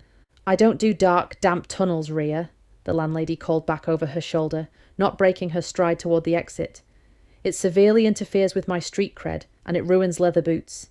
You, the Victorian snob, and the camera kid can go spelunking in the Victorian drains. I'll be waiting in the Fiesta with the heater on. Don't take too long, or I'm putting on a podcast." The automatic doors slid open, and the landlady vanished into the rainy night. Rhea sighed, dragging a hand down her face. She looked at Baz, who was vibrating with excitement, and then at Cassius, who was watching her with desperate, glowing blue eyes. "Fine," Rhea grunted, standing up. "Baz, look up the municipal drain maps on your phone. Where's the nearest access point to the underground stream?" 10 minutes later, Rhea, Baz, and Silas were standing in a grim, rain-slicked alleyway behind the Tesco Express. Amidst the overflowing commercial bins and discarded pallets, Baz had located a heavy, rusted iron maintenance grate set into the cobblestones. "The old maps say the River Twyver was diverted into underground culverts right beneath this block in the 1800s, Baz said, shining his phone flashlight through the iron bars. "It's a straight drop down to a maintenance ledge, then the water." With a groan of effort, Rhea and Baz managed to heave the rusted iron grate upward, sliding it across the wet stones. A blast of cold, incredibly foul-smelling air rushed up from the darkness below. It smelled of stagnant water, ancient river mud, and decaying brickwork. "This is the most vile, unsanitary excursion I have ever been forced to witness," Silas complained, peering down into the black abyss. "If that muck touches my tweed, Rhea, I shall never forgive you." "You don't have a physical body, Silas," Rhea pointed out, pulling her waterproof jacket tight. She switched her phone's flashlight on and gripped the slick iron ladder bolted to the brick shaft. "Let's go." The descent was terrifying. The ladder was slick with centuries of slime, and the darkness seemed to swallow the beams of their phone lights. At the bottom, they stepped off the rusty rungs onto a narrow, crumbling brick walkway that ran alongside a slow-moving, pitch-black subterranean stream. The tunnel was claustrophobic, the curved brick ceiling sitting only a few inches above Baz's head. Water dripped constantly, echoing loudly in the enclosed space. "Chat, we are officially in the Gloucester catacombs," Baz whispered, his voice trembling slightly. His camera gimbal panned slowly across the dark water and the moss-covered walls. "The EMF meter is going absolutely crazy. If we find a mutant rat down here, I'm ending the stream." "Where do we even start looking?" Rhea asked, her voice echoing into the darkness. She swept her phone light over the edge of the walkway. The water was shallow, flowing over a thick, uneven bed of black mud and accumulated debris. The Centurion said he felt the coin's energy near this general coordinate, Silas said, floating entirely above the water to avoid it. But centuries of water flow could have buried it beneath feet of silt. You are looking for a silver disc the size of a modern penny in a river of sludge. For the next 20 minutes, it was an exercise in pure misery. Rhea and Baz crouched on the slippery brick ledge, using pieces of discarded wood they found to scrape through the freezing, foul-smelling mud at the water's edge. Every glint of light turned out to be a modern bottle cap, a piece of foil, or a broken shard of glass. Rhea's fingers went entirely numb from the cold. The dampness seeped through her waterproof jacket, chilling her to the core. Baz's phone battery had dropped to 10%, and the harsh white light was beginning to flicker. "I can't feel my hands, Rhea." Baz shivered, dropping his stick into the water. "And my gimbal is dying. We've dug up 10 yards of mud. It's impossible. It's like looking for a needle in a haystack, if the haystack was made of raw sewage." Rhea sat back on her heels, wiping a streak of black mud across her forehead. Tears of sheer frustration pricked the corners of her eyes. She looked down the endless dark tunnel. Baz was right. The coin could be buried 3 feet deep. It could have washed another mile down the tunnel. "We can't give up," Rhea whispered, her voice cracking. "If we don't find the tether, Cassius won't help us. And if we don't have Cassius, that corporate surveyor is going to walk right through Dr. Vance's injunction tomorrow morning." "Rhea," Silas said softly, his blue glow offering the only comfort in the dark. "It is a fool's errand. The earth has reclaimed it." Rhea dropped her head into her hands, the sound of the dripping water suddenly sounding like a ticking clock, counting down the hours until her eviction. Suddenly, the narrow tunnel began to glow. It wasn't the harsh white light of their phones, and it wasn't the serene blue of Silas. It was a sickly, pale, luminescent green. Baz gasped, stumbling backward against the brick wall, swinging his dying camera upward. "What is that? Look up." About 100 feet down the tunnel from where they crouched, the solid brick ceiling began to ripple like water. A sickeningly green, putrid light began to bleed through the mortar. Then, slowly, a figure began to descend directly through the solid brickwork of the tunnel roof. It was Bartholomew. The 16th century plague ghost dropped gently through the ceiling, floating down until his bare, spectral feet hovered just inches above the black subterranean water. His tattered, muddy tunic clung to him, and the spectral boils on his face and arms wept that bright, eerie green light, illuminating the entire cavernous space. "Good heavens," Silas breathed, staring down the tunnel. "Did you bring the Tupperware?"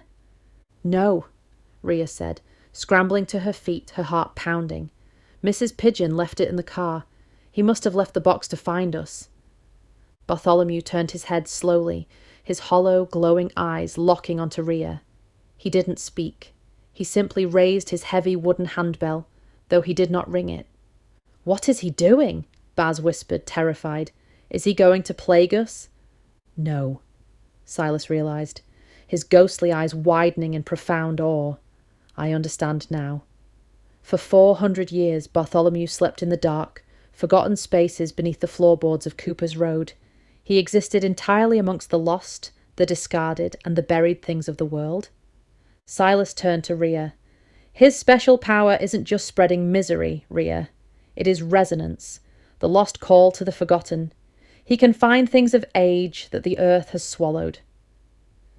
Down the tunnel, Bartholomew slowly extended his rotting, spectral hand, pointing his skeletal finger directly down at the black mud banking the underground stream. The water in front of him began to ripple unnaturally. Rhea and Baz ran down the slippery brick ledge, Silas floating swiftly behind them. They stopped directly where Bartholomew was pointing. The black mud at the water's edge was bubbling. With a soft, sucking sound, the thick silt parted.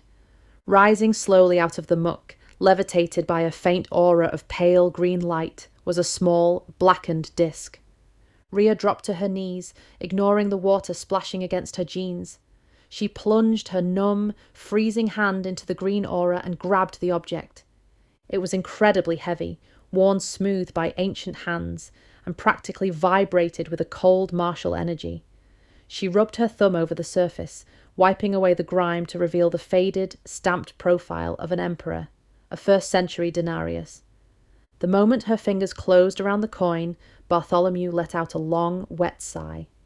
His green glow flickered, and he slowly drifted upward, phasing back through the brick ceiling to return to the comfort of his plastic box in Mrs. Pigeon's car above. "We got it," Rhea breathed, clutching the coin to her chest, her heart soaring. "We actually got it." "Chat," Baz whispered into his phone, his eyes wide. That was the most legendary assist in paranormal history. The shadows at the end of the tunnel suddenly shifted. The air grew instantly, paralyzingly cold. Cassius the Centurion materialized out of the darkness of the subterranean stream. He no longer looked confused or angry. He looked entirely whole. The towering Roman soldier stepped onto the brick ledge. He looked at the heavy silver coin in Rhea's trembling, mud-stained hand. Then he dropped to one knee, the phantom metal of his armour clanking loudly in the echoing tunnel. He pressed his massive, translucent fist to his breastplate in a crisp, deeply respectful military salute directed entirely at her. "He pledges his shield, his sword, and his eternal loyalty to your cause, Rhea," Silas translated quietly, floating beside her. The Victorian ghost sounded genuinely moved, though he tried to hide it beneath a layer of snobbery. "Assuming, of course, you carry the coin, he now views you as his commanding officer. Try not to let the power go to your head." Rhea squeezed the freezing denarius in her fist. She dropped it securely into the front pocket of her waterproof jacket, feeling a sudden, strange sense of immense courage wash over her, chasing away the cold of the tunnel. It wasn't just her fighting the council anymore. She had an army. She stood up, ignoring the mud on her knees, and looked at the towering, glowing Roman soldier kneeling before her in the dark. "Tell him the campaign begins at dawn," Rhea said firmly, looking between Silas and Cassius. "Welcome to the resistance, Centurion. Let's get out of this sewer and go save the flat." Chapter 6. The Luxury Flat Exorcism. Friday morning arrived with the grey, judgmental drizzle that Gloucester was famous for. The rain lashed aggressively against the warped sash windows of the attic flat, drumming a chaotic beat that mirrored the suffocating tension inside.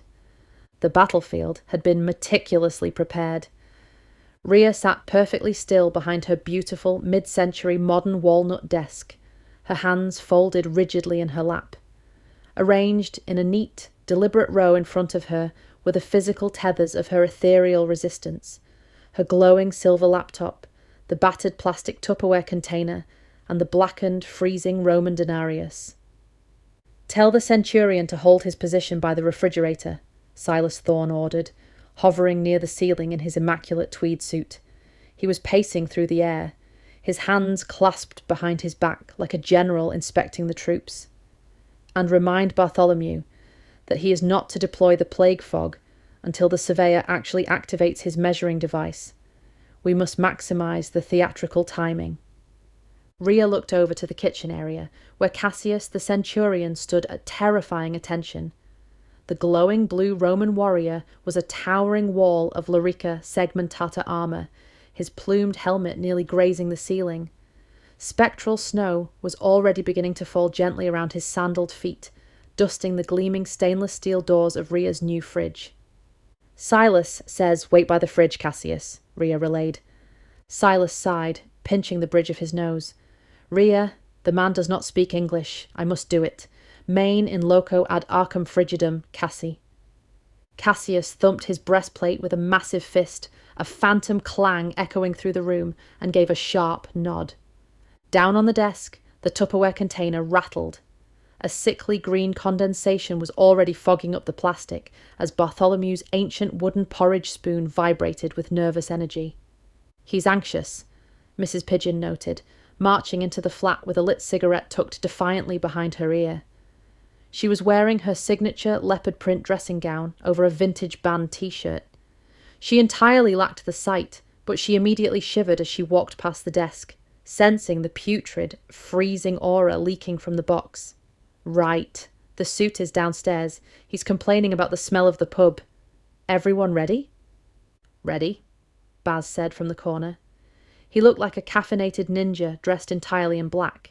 He had one heavy-duty camera set up on a tripod, pointing at the centre of the plush, emerald-green lounge rug, and his iPhone gimbal strapped securely to his chest. I've got backup batteries. The EMF meter is already reading at a solid 8. Chat is online and waiting for the corporate takedown. At exactly 9 a.m., heavy, authoritative footsteps echoed up the creaky stairwell.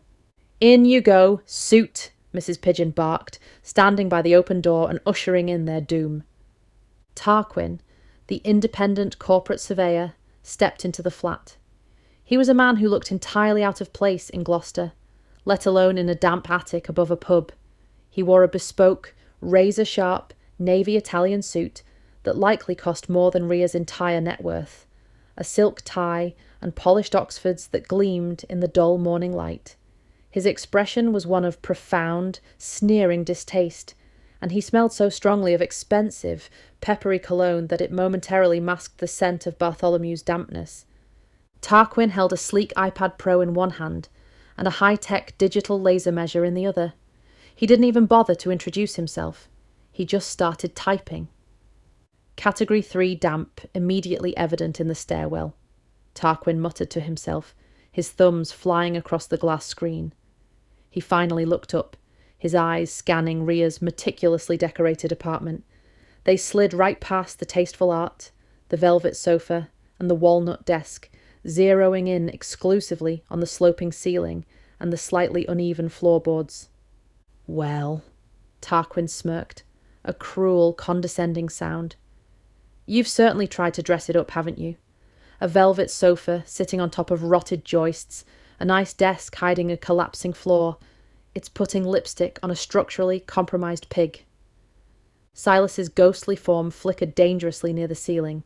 A sudden, sharp drop in atmospheric pressure made Ria's ears pop. Silas hated it when people insulted the flat, but he hated it even more when people insulted Ria's interior design choices. "Watch your mouth, suit," Mrs. Pigeon warned from the doorway. She pointed a threatening finger directly at the coat rack, assuming she was looking at Silas. "The boys don't like disrespect, and you are standing in a very crowded room." Tarquin rolled his eyes, utterly dismissing the eccentric landlady. Please, this shouldn't take more than 20 minutes to condemn entirely. Plague pit? Ridiculous. It's just bad plumbing, rising damp and mass hysteria, perpetuated by bored teenagers on the internet. "You may begin your inspection," Ria said. Her voice was eerily calm, her hands flat on the desk, inches from the Tupperware. Tarquin scoffed at her dramatic tone. He walked to the exact centre of the room, standing directly on the plush lounge rug, right where they wanted him. He raised his laser measure, pointing it at the highest peak of the sagging ceiling. "Let's see just how badly this roof is caving in, shall we?" Tarquin sneered. Click! The tiny red laser dot hit the plaster. That was the signal. Instantly, the flat went absolutely, utterly dark. It wasn't just that the overcast daylight from the windows vanished. It was as if the light in the room was being actively swallowed by a sudden, localized eclipse. An oppressive, suffocating gloom slammed down on them, heavy as lead. "What the—" Tarquin started, tapping his iPad in the sudden pitch black. The screen illuminated his confused face in a harsh white glow. "Is this a power cut? Because tampering with the electrics while a surveyor is present is a finable offence." Clang, clang, clang. The heavy, resonant, bone-rattling sound of Bartholomew's 17th century wooden handbell echoed deafeningly from the desk. It didn't sound like it was coming from a plastic box. It sounded like it was ringing from inside the walls. With a wet, sickening hiss, the lid of the Tupperware popped open. A thick, putrid, greenish-grey fog poured out of the plastic container like a heavy waterfall. It cascaded over the edge of the walnut desk and flooded the floorboards in seconds, swirling around Tarquin's polished Oxfords. The smell hit the surveyor like a physical punch. a horrific, gag-inducing wave of raw onions, wet earth, and centuries of unwashed despair that completely obliterated his expensive Italian cologne. "Bring out your dead," a voice groaned. It was wet, echoing, and sounded like mud slopping into a bucket. Bartholomew rose slowly from the mist. To Rhea, he looked more terrifying than ever, his tattered, muddy tunic clinging to his emaciated frame, his spectral boils weeping pale green light in the darkness. Tarquin couldn't see the boils, but he could see the dense, glowing green fog rising to his knees, and he could feel the unnatural, freezing misery radiating from it. He clamped a hand over his mouth and nose, his eyes watering. "Is this a smoke machine?" Tarquin yelled, his voice cracking as he staggered backward, coughing violently. "This is highly illegal. You're assaulting a municipal official." Suddenly, the floorboards beneath Tarquin's feet began to vibrate. It wasn't a rumble, it was the synchronized, heavy, terrifying marching of nailed sandals on stone.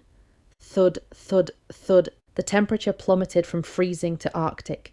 A localized blizzard suddenly erupted near the kitchen island. Spectral snow swirled violently in the air as Cassius the Centurion charged out of the shadows. The Roman warrior was glowing with a harsh, blinding blue light. He raised his razor-sharp gladius and slammed it against his massive scutum shield. Crack! The sound was like thunder inside the small room. Cassius let out a blood-curdling, guttural Roman battle cry and charged directly at the surveyor, his heavy boots making no sound on the rug, but vibrating the very air. Tarquin shrieked, a high, undignified sound of pure, primal terror. He dropped his laser measure, threw his arms up over his face and squeezed his eyes shut, expecting to be impaled by whatever invisible force was bearing down on him. Cassius didn't stop. He passed straight through Tarquin's chest.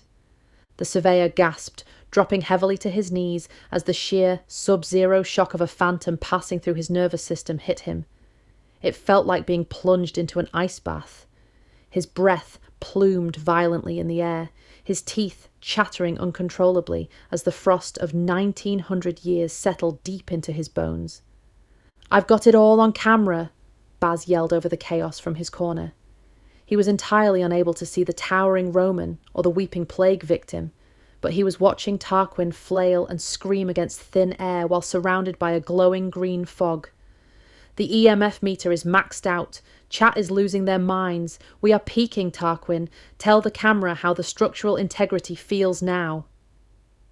"Call it off," Tarquin sobbed, crawling backward across the plush rug, his expensive suit completely soaked in the freezing, onion-scented mist. "I'm calling the police. I'm calling the army." "Enough!" a voice boomed from the ceiling. The sound shook the very foundations of the building. Dust fell from the rafters. Silas Thorne descended. He was not wearing his civilized diplomatic tweed. He had bypassed verbal debate entirely and manifested his terrifying Class 5 apparition form. He was a towering, glowing crimson vortex of Victorian fury, his eyes burning like white-hot coals in the darkness. The air pressure in the room became so intense that the sash windows rattled violently in their frames. "You come to my home with a digital tablet to measure my misery?" Silas roared, the sheer, vibrating volume of his voice shattering Rhea's empty coffee mug on the desk into a dozen pieces. "Oh God, what is that? It's hot. Why is it hot?" Tarquin wailed, pressing his hands over his ears, feeling the blistering heat and the crushing pressure of the furious poltergeist beating down on him. "You dare condemn a sanctuary of literature for luxury avocado apartments?" Silas bellowed, his crimson aura flaring so brightly it cast monstrous shadows against the walls. "You call my protege's velvet sofa a pig?" Silas thrust a spectral hand forward with terrifying telekinetic force. Over by the far wall, Rhea's entire bookshelf exploded. Dozens of heavy hardbacks, the massive "books I will read eventually" pile, levitated violently off the shelves. They swirled in the air above Tarquin's head like a jagged, literary tornado, pages flapping wildly like the wings of angry birds.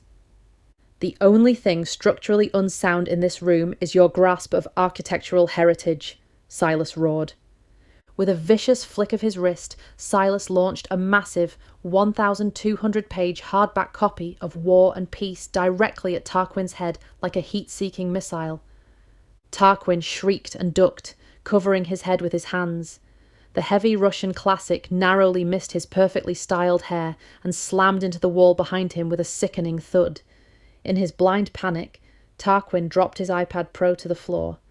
A second later, a flying, leather-bound copy of Les Miserables smashed down directly onto the dropped tablet, cracking the expensive glass screen into a spiderweb of total ruin. "I'm leaving," Tarquin sobbed hysterically. He scrambled frantically on his hands and knees through Bartholomew's putrid plague mist, utterly broken, his Italian suit covered in dust, frost, and phantom condensation. "The building is condemned. No, I mean saved. It's historic. It's a heritage site. Just call off the poltergeists." He blindly found the door frame, pulled himself up, ripped the door open, and fled. He didn't look back. His terrified screams echoed all the way down the narrow stairs, followed by the crash of the downstairs door bursting open, and then fading rapidly into the high street drizzle. Silence slammed back into the flat, ringing in their ears. The heavy books dropped from the air simultaneously, hitting the floorboards with a series of loud thuds. The putrid green mist instantly reversed direction, rapidly sucking back across the rug and into the Tupperware container until Rhea reached forward and snapped the plastic lid shut, sealing Bartholomew away. The smell of onions began to fade. The localized spectral snow melted into nothingness before it even hit the floor. Cassius the Centurion lowered his sword, his harsh, blinding blue glow softening to a gentle, icy hue. He turned toward the ceiling, offering Silas a crisp, deeply respectful nod of military solidarity, before his towering form faded, sucking back into the blackened denarius coin on the desk. Silas, slowly descending to the floor, took a deep, unnecessary breath. The terrifying crimson vortex vanished, replaced instantly by his standard, glowing blue tweed suit. He summoned a phantom pocket square, delicately dabbed his forehead, and carefully adjusted his wire-rimmed spectacles. The oppressive darkness lifted. The overcast daylight filtered back through the windows, illuminating the absolute carnage of classic literature scattered across the rug. "Well," Silas said calmly, smoothing his waistcoat and looking down at the abandoned, completely smashed iPad on the floor. "I believe we have successfully passed the inspection." Baz lowered his camera, his jaw hanging open, looking between the cracked tablet and the scattered books. "Bro," he whispered in sheer awe, "the internet isn't ready for this. We're going to get 1 million views by Tuesday." Rhea leaned back in her velvet desk chair, looking around her fully furnished, perfectly safe apartment. She let out a long, shaking breath, and a wide, triumphant smile spread across her face. "No," Rhea said, picking up the Roman coin and slipping it into her pocket. "I don't think the council is, either." Chapter 7. The Masterpiece and the Monks. 3 weeks later, the Gloucester City Council officially designated 42 Coopers Road as a protected heritage site of paranormal and historical significance. The corporate developers had retreated, their luxury avocado apartment dreams shattered by a combination of a viral internet campaign and the sheer, unadulterated trauma of a Class 5 apparition throwing Russian literature at their surveyor. The wrecking balls were called off permanently. The exterior of the attic flat, however, remained exactly as drafty, crooked, and damp as it had always been. But inside, it was a sanctuary. Rhea sat at her beautiful, mid-century modern walnut desk. The precarious towers of cardboard moving boxes that had haunted her for months were long gone. Behind her, the plush, emerald green velvet sofa anchored a perfectly styled lounge, and the gleaming stainless steel kettle in her newly organised kitchen had just finished boiling. The flat finally looked like a home. She stared at her laptop screen. The document was open. The word count was final. Silas Thorne hovered directly over her right shoulder, a pair of spectral, wire-rimmed reading glasses perched delicately on his nose. He had just finished his 5th and absolute final read-through of the manuscript. Because Silas's emotional state was deeply tied to his physical manifestations, the atmosphere around the desk was incredibly pleasant. The air hummed with a gentle, soothing warmth, smelling rich and comforting, like old parchment and expensive beeswax. Silas himself glowed a steady, serene, and deeply satisfied blue. "The pacing is no longer a wounded badger," Silas declared softly, his voice full of quiet reverence. "It is a sleek, muscular greyhound. The adverbs have been ruthlessly purged. The syntax is flawless, Rhea. It has teeth. It has texture." He floated around to the front of the desk, looking at Rhea with a profound sense of pride in his ghostly, Victorian eyes. "It is a masterpiece," Silas said. "You may send it to the publishers." Rhea's finger trembled as it hovered over the trackpad. She had attached the PDF to an email addressed to the most ruthless, prestigious literary agent in London. She took a deep breath, closed her eyes, and hit send. A little whoosh sound effect chimed from the speakers. "It's out there," Rhea whispered, leaning back in her velvet ergonomic chair. She looked up at Silas, a sudden, heavy lump forming in her throat. She looked at her silver laptop, which served as Silas's physical tether to the mortal realm. She looked at the blackened Roman denarius resting on her bookshelf, Cassius's tether. And finally, she looked at the empty plastic Tupperware container on her desk, the temporary transport vessel for Bartholomew's 17th century wooden porridge spoon. Are you going to leave now?" Rhea asked, her voice cracking slightly. "The book is finished. The door to the great library in the sky. It should open for you. You don't have to be tied to my laptop anymore." Silas looked around the beautifully furnished attic. He looked at the glowing screen of the laptop. "I believe," Silas said slowly, the warm blue light around him pulsing gently as a small, genuine smile formed under his moustache, "that my administrative duties here are not quite finished. You are a published author in the making, Rhea. You will need aggressive representation. You will need a chief critic to defend you against the modern algorithms and the TikTok reviewers." Before Rhea could express her overwhelming, tearful relief, heavy footsteps thundered up the stairwell, followed by a sharp, aggressive knock at the door. Mrs. Pigeon pushed her way in without waiting for an answer. The landlady was wearing her signature leopard print dressing gown, a cigarette tucked behind her ear. She was carrying a heavy, ancient-looking wooden box that smelled overwhelmingly of frankincense and damp wool. Baz trailed in right behind her, dressed in his usual black, holding his phone steady on a gimbal, filming the ceiling. "Right, listen up," Mrs. Pigeon barked. Lacking the sight, she yelled directly at the empty wall to Rhea's left, entirely missing Silas, who was floating gracefully to Rhea's right. But the landlady shivered, her sharp intuition immediately sensing the warm, beeswax-scented aura of Silas's good mood. "I know you're happy, Silas, but brace yourself. Since you lot managed to save the building, word has gotten around the Gloucester paranormal community."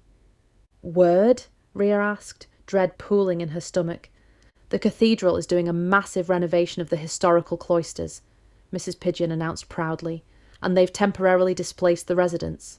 So I offered them asylum."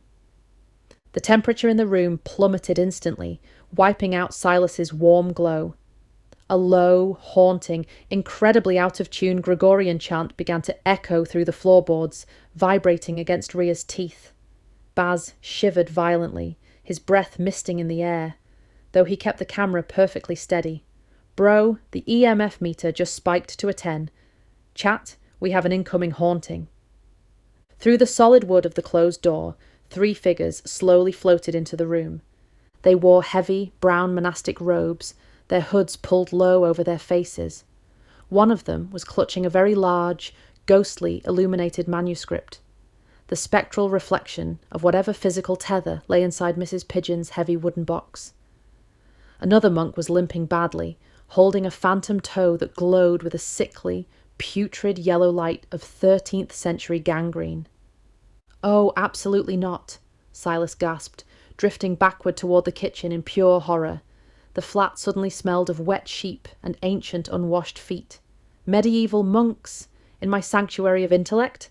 Their Latin is atrocious. They do not even use standardized punctuation. "They come with the place now," Mrs. Pigeon announced proudly to the empty air, slapping the wooden box down on Ria's pristine coffee table. "I'm charging them rent in spiritual protection. Make room, Silas. We're running a ghost hotel now." "Mrs. Pigeon, wait," Ria interrupted, standing up from her desk. "This attic is barely big enough for me, Silas, and my anxiety. We can't fit a choir of medieval monks up here. What about flat 3B? It's empty, except for Bartholomew. They can live down there with the plague ghost, and they can pay their rent by protecting 42 Cooper's Road from any other developers. I mean, what about the other ghosts of Gloucester you mentioned? Cassius is already wandering the halls down there." Mrs. Pigeon crossed her arms, a terrifying entrepreneurial gleam in her eye. "That's actually the plan, love. But there's a reason 3B is boarded up with blackened wood, and it wasn't to keep a 17th century plague victim locked inside." "It wasn't?" Ria asked, exchanging a confused look with Silas. "No," Mrs. Pigeon said, lowering her gravelly voice conspiratorially. "The room itself has special spatial qualities. It's a threshold gate." Ria blinked, her millennial brain immediately connecting the dots. "Like a TARDIS? Bigger on the inside?" "No, that's a Time Lord thing. Don't be daft," Mrs. Pigeon corrected flatly, waving a dismissive hand. "This is a ghost thing, a supernatural sinkhole. It happens when incredibly old spaces and new spaces combine, compress, and fold in on themselves over centuries. It's a spatial rarity. Flat 3B doesn't just have one bedroom." Mrs. Pigeon leaned in closer. "It's got corridors, Ria. Halls. Dozens of rooms hiding in the architecture. There are rooms in there from the birth of Gloucester. Roman bathhouses, medieval cloisters, Tudor kitchens that burned down 400 years ago. The physical door is in our hallway, but the space inside stretches back further than the city itself." Silas, who had been floating defensively near the ceiling fan, slowly drifted down, his literary and historical curiosity entirely piqued. His disgust at the monks was entirely replaced by scholarly awe. "A threshold gate?" Silas murmured, his ghostly eyes widening. "An infinite, ethereal boarding house trapped within the municipal boundaries of Gloucester? A labyrinth of history?" Ria quickly turned to the landlady to translate. "Silas says it's like a labyrinth of history, an infinite boarding house." "Exactly," Mrs. Pigeon grinned, lighting her cigarette. "It's massive in there. We aren't just taking in the monks. We've got a 17th century plague victim, a 1st century Roman Centurion, and a choir of monks with terrible Latin. And there are dozens more out there in the city being displaced by modern construction. We're opening a sanctuary." Just then, the lead monk drifted closer to Ria's mid-century modern desk. He bowed deeply, the scent of phantom damp wool washing over her.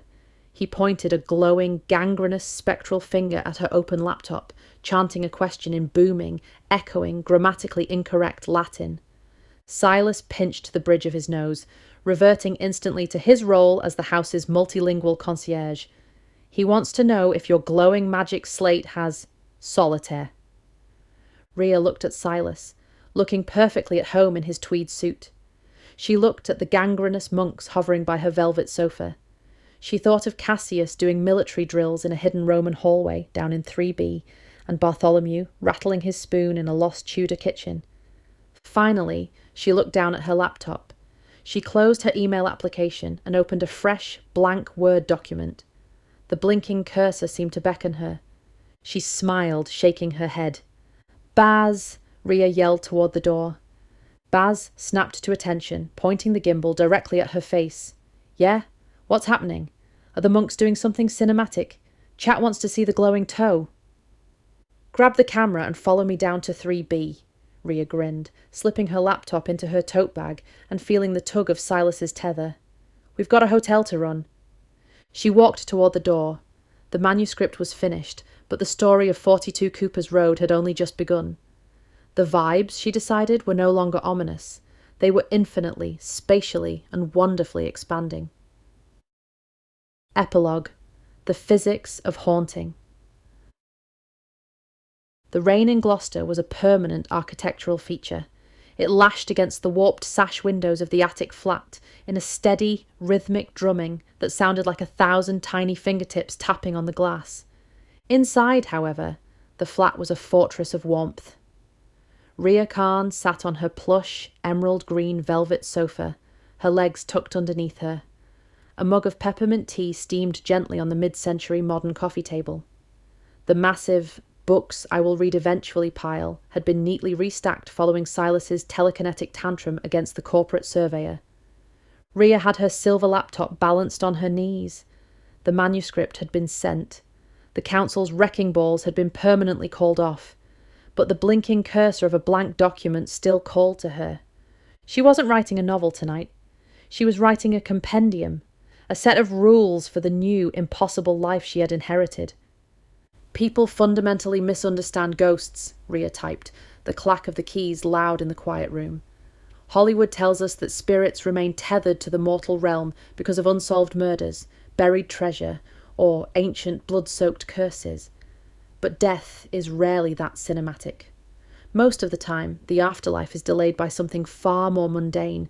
It is delayed by pettiness, by stubbornness, by a dropped coin, a bad book review, or an unfinished bowl of porridge." A slightly derivative opening, a crisp, aristocratic voice echoed from the ceiling. "However, your use of the rule of 3 is highly effective. Continue." Silas Thorne floated down from the rafters, his 1920s tweed suit immaculate, a spectral pocket watch chain gleaming on his waistcoat. He hovered over the back of the velvet sofa, reading the screen. "I'm trying to figure out the physics of it all, Silas," Ria said, taking a sip of her tea. "For the hotel.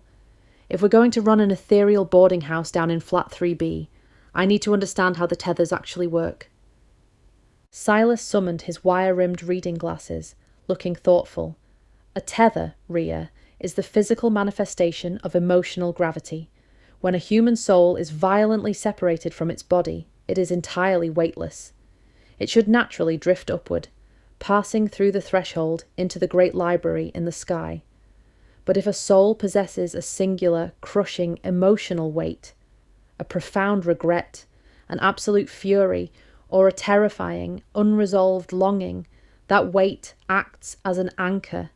It latches onto the nearest physical object associated with that final, desperate emotion." Ria looked at her glowing silver laptop. "Like this." "Precisely," Silas nodded, his form glowing a faint, warm blue in the dim room. "In November 1925, I did not die of a grand, romantic tragedy. I died of intellectual apoplexy. I was furious. I was entirely consumed by the need to correct the record." Silas drifted around the sofa, floating down to sit delicately on the cushion next to her. "But tethers are not always permanent, Ria. A ghost can sometimes change tethers, subconsciously, of course, if their spirit senses a new vessel might offer a better chance at finally crossing over. The emotional gravity simply shifts to a more promising anchor." "You've changed tethers?" Ria asked, her eyes widening. 4 times, Silas admitted, looking slightly embarrassed. "I was originally tethered to the silver fountain pen I died holding. I haunted that pen for decades. When it was tragically lost down a floorboard in the 1960s, I transferred my essence to a tenant's Smith Corona typewriter in the 70s and 80s. In the 90s and early 2000s, I suffered the immense indignity of being tethered to a loud, beige IBM personal computer that constantly demanded floppy disks." Silas gestured gracefully to the silver machine on her lap. "And now, your laptop. Because the act of writing, the desperate, agonizing pursuit of the perfect sentence, is the only thing heavier than my death." Ria stopped typing. She stared at the silver laptop. A sudden, quiet realization began to bloom in her chest. "Silas," Ria said slowly, setting her tea down on the coffee table. "When my laptop died during the power cut, you didn't fade. When I put the laptop in my hemp bag to go to Cheddar Gorge, the tether didn't pull from the bag. It pulled from me carrying the bag." Silas froze. His ghostly wire-rimmed glasses slipped slightly down his nose. Ghosts latch onto the nearest physical object associated with their final emotion, Rhea murmured, her eyes locking onto his translucent face. But what if it's not an object? I finished the book, Silas. The great library opened for you. You rejected it to stay here and help me. You aren't tethered to the laptop anymore, are you? Silas looked down at his translucent hands, the warm blue glow around him pulsing steadily. The aristocratic sneer was completely gone, replaced by a profound, vulnerable truth. A laptop is merely plastic and silicon, Rhea. It has no soul, Silas said softly, his voice barely a whisper in the rainy room. It cannot create art. Only the writer can do that. Rhea's breath hitched. They had bonded. The tether wasn't an invisible cord connecting him to a piece of technology. It was a bond forged in cheap instant coffee, shared panic attacks, and late-night editing sessions. He was tied to her. Before either of them could fully process the monumental, terrifying weight of this new cosmic arrangement, a heavy thump shook the floorboards. "What about Bartholomew?" Rhea asked softly, desperately changing the subject to stop herself from crying. "Why the porridge spoon?" Silas sighed, deeply relieved by the pivot. Bartholomew is a tragic creature. He was a terribly impoverished young man during the 1665 plague. He had not eaten a hot meal in a week. On the morning the buboes claimed him, he had finally procured a small bowl of hot oats. He raised the wooden spoon to his mouth, and the disease stopped his heart before he could swallow a single bite. The spoon absorbed the weight of his starvation. He is tethered to it because he is eternally waiting to finish his breakfast. Rhea's heart ached. She thought of the horrifying, boil-covered spectre. He wasn't a monster. He was just a boy who died hungry. She reached into the front pocket of her hoodie and pulled out the blackened silver denarius. The metal was ice-cold to the touch, vibrating with a faint, martial energy. "And Cassius?" Rhea asked, turning the heavy Roman coin over in her palm. "The Centurion's tale is one of duty and disgrace," Silas translated. In 70 AD, Cassius dropped his monthly pay in the freezing mud near the River Severn. He froze to death, desperately digging through the muck, terrified of the shame of losing his imperial coin. He spent 1900 years guarding a frozen isle because he could not bear the dishonour of returning to his ancestors empty-handed. Rhea stared at the coin. When she had pulled it from beneath the freezer, she hadn't just found an artefact. She had restored a soldier's honour. "And the monks?" Rhea asked. "Tethered to a massive, illuminated manuscript," Silas shuddered. "Brother Thomas dropped it on his foot in the 13th century, refused medical attention as penance, and died of gangrene. He believes he still has to finish reading the Book of Psalms to earn his way into heaven, which is difficult, considering he frequently forgets the words." Rhea leaned back against the velvet cushions, looking out into the dim, warm attic. The world was entirely full of ghosts.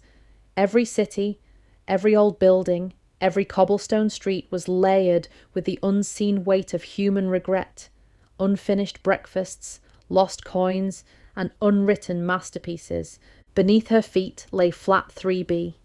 Because of a rare spatial anomaly, it was a threshold gate, a labyrinth of history expanding infinitely on the inside. It contained forgotten Roman bathhouses, Tudor kitchens, and endless echoing cloisters. It was a sanctuary. Mrs. Pigeon said the cathedral displaced dozens of spirits during their renovations, Rhea murmured, a slow, determined smile spreading across her face. "And it's not just them. Have you seen the local news?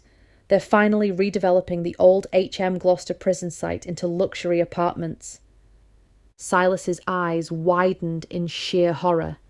"The old Gloucester jail? Rhea, that prison held executions for nearly 200 years. The spiritual energy there is volatile.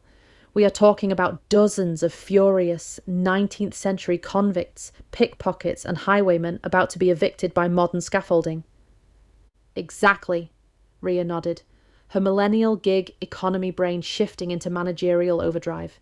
"A city of lost souls, Silas, wandering the streets, terrifying the baristas, weeping in the bus shelters. They will need a place to go. They will need a home that cannot be demolished. Rhea closed the compendium document. She opened a new folder on her desktop and titled it, The Cooper's Road Sanctuary, Guest Register. Cassius can run security, Rhea planned out loud. Bartholomew can guard the perimeter with his plague fog. The monks can handle the archiving. You can be the multilingual concierge and house critic, and I'll be the translator. A ghost hotel for displaced convicts and plague victims, Silas mused, floating toward the ceiling and looking down at her. He noticed the way the silver cord of light now faintly pulsed between his chest and hers. It will be chaotic. It will be profoundly noisy. The syntax of the H.M. Gloucester prisoners will likely be a linguistic nightmare. It'll be a disaster, Rhea agreed happily, taking a long sip of her tea. Then, we had best establish some house rules immediately, Silas declared, puffing out his chest. I shall begin drafting a manifesto on spectral etiquette. There will be absolutely no wailing before 9 o'clock in the morning. The Roman must stop trying to stab the Wi-Fi router, and if any of those newly displaced convicts attempt to steal my pocket watch, I shall personally exorcise them. As Silas faded through the floorboards to yell at a 13th century monk in archaic Latin, Rhea sat alone in her beautiful, haunted apartment. She listened to the rain, the distant thud of a Roman shield and the faint echoing toll of a wooden bell. She wasn't just a writer anymore. She was the anchor to an entire unseen world. The vibes, she decided, were escalating fast.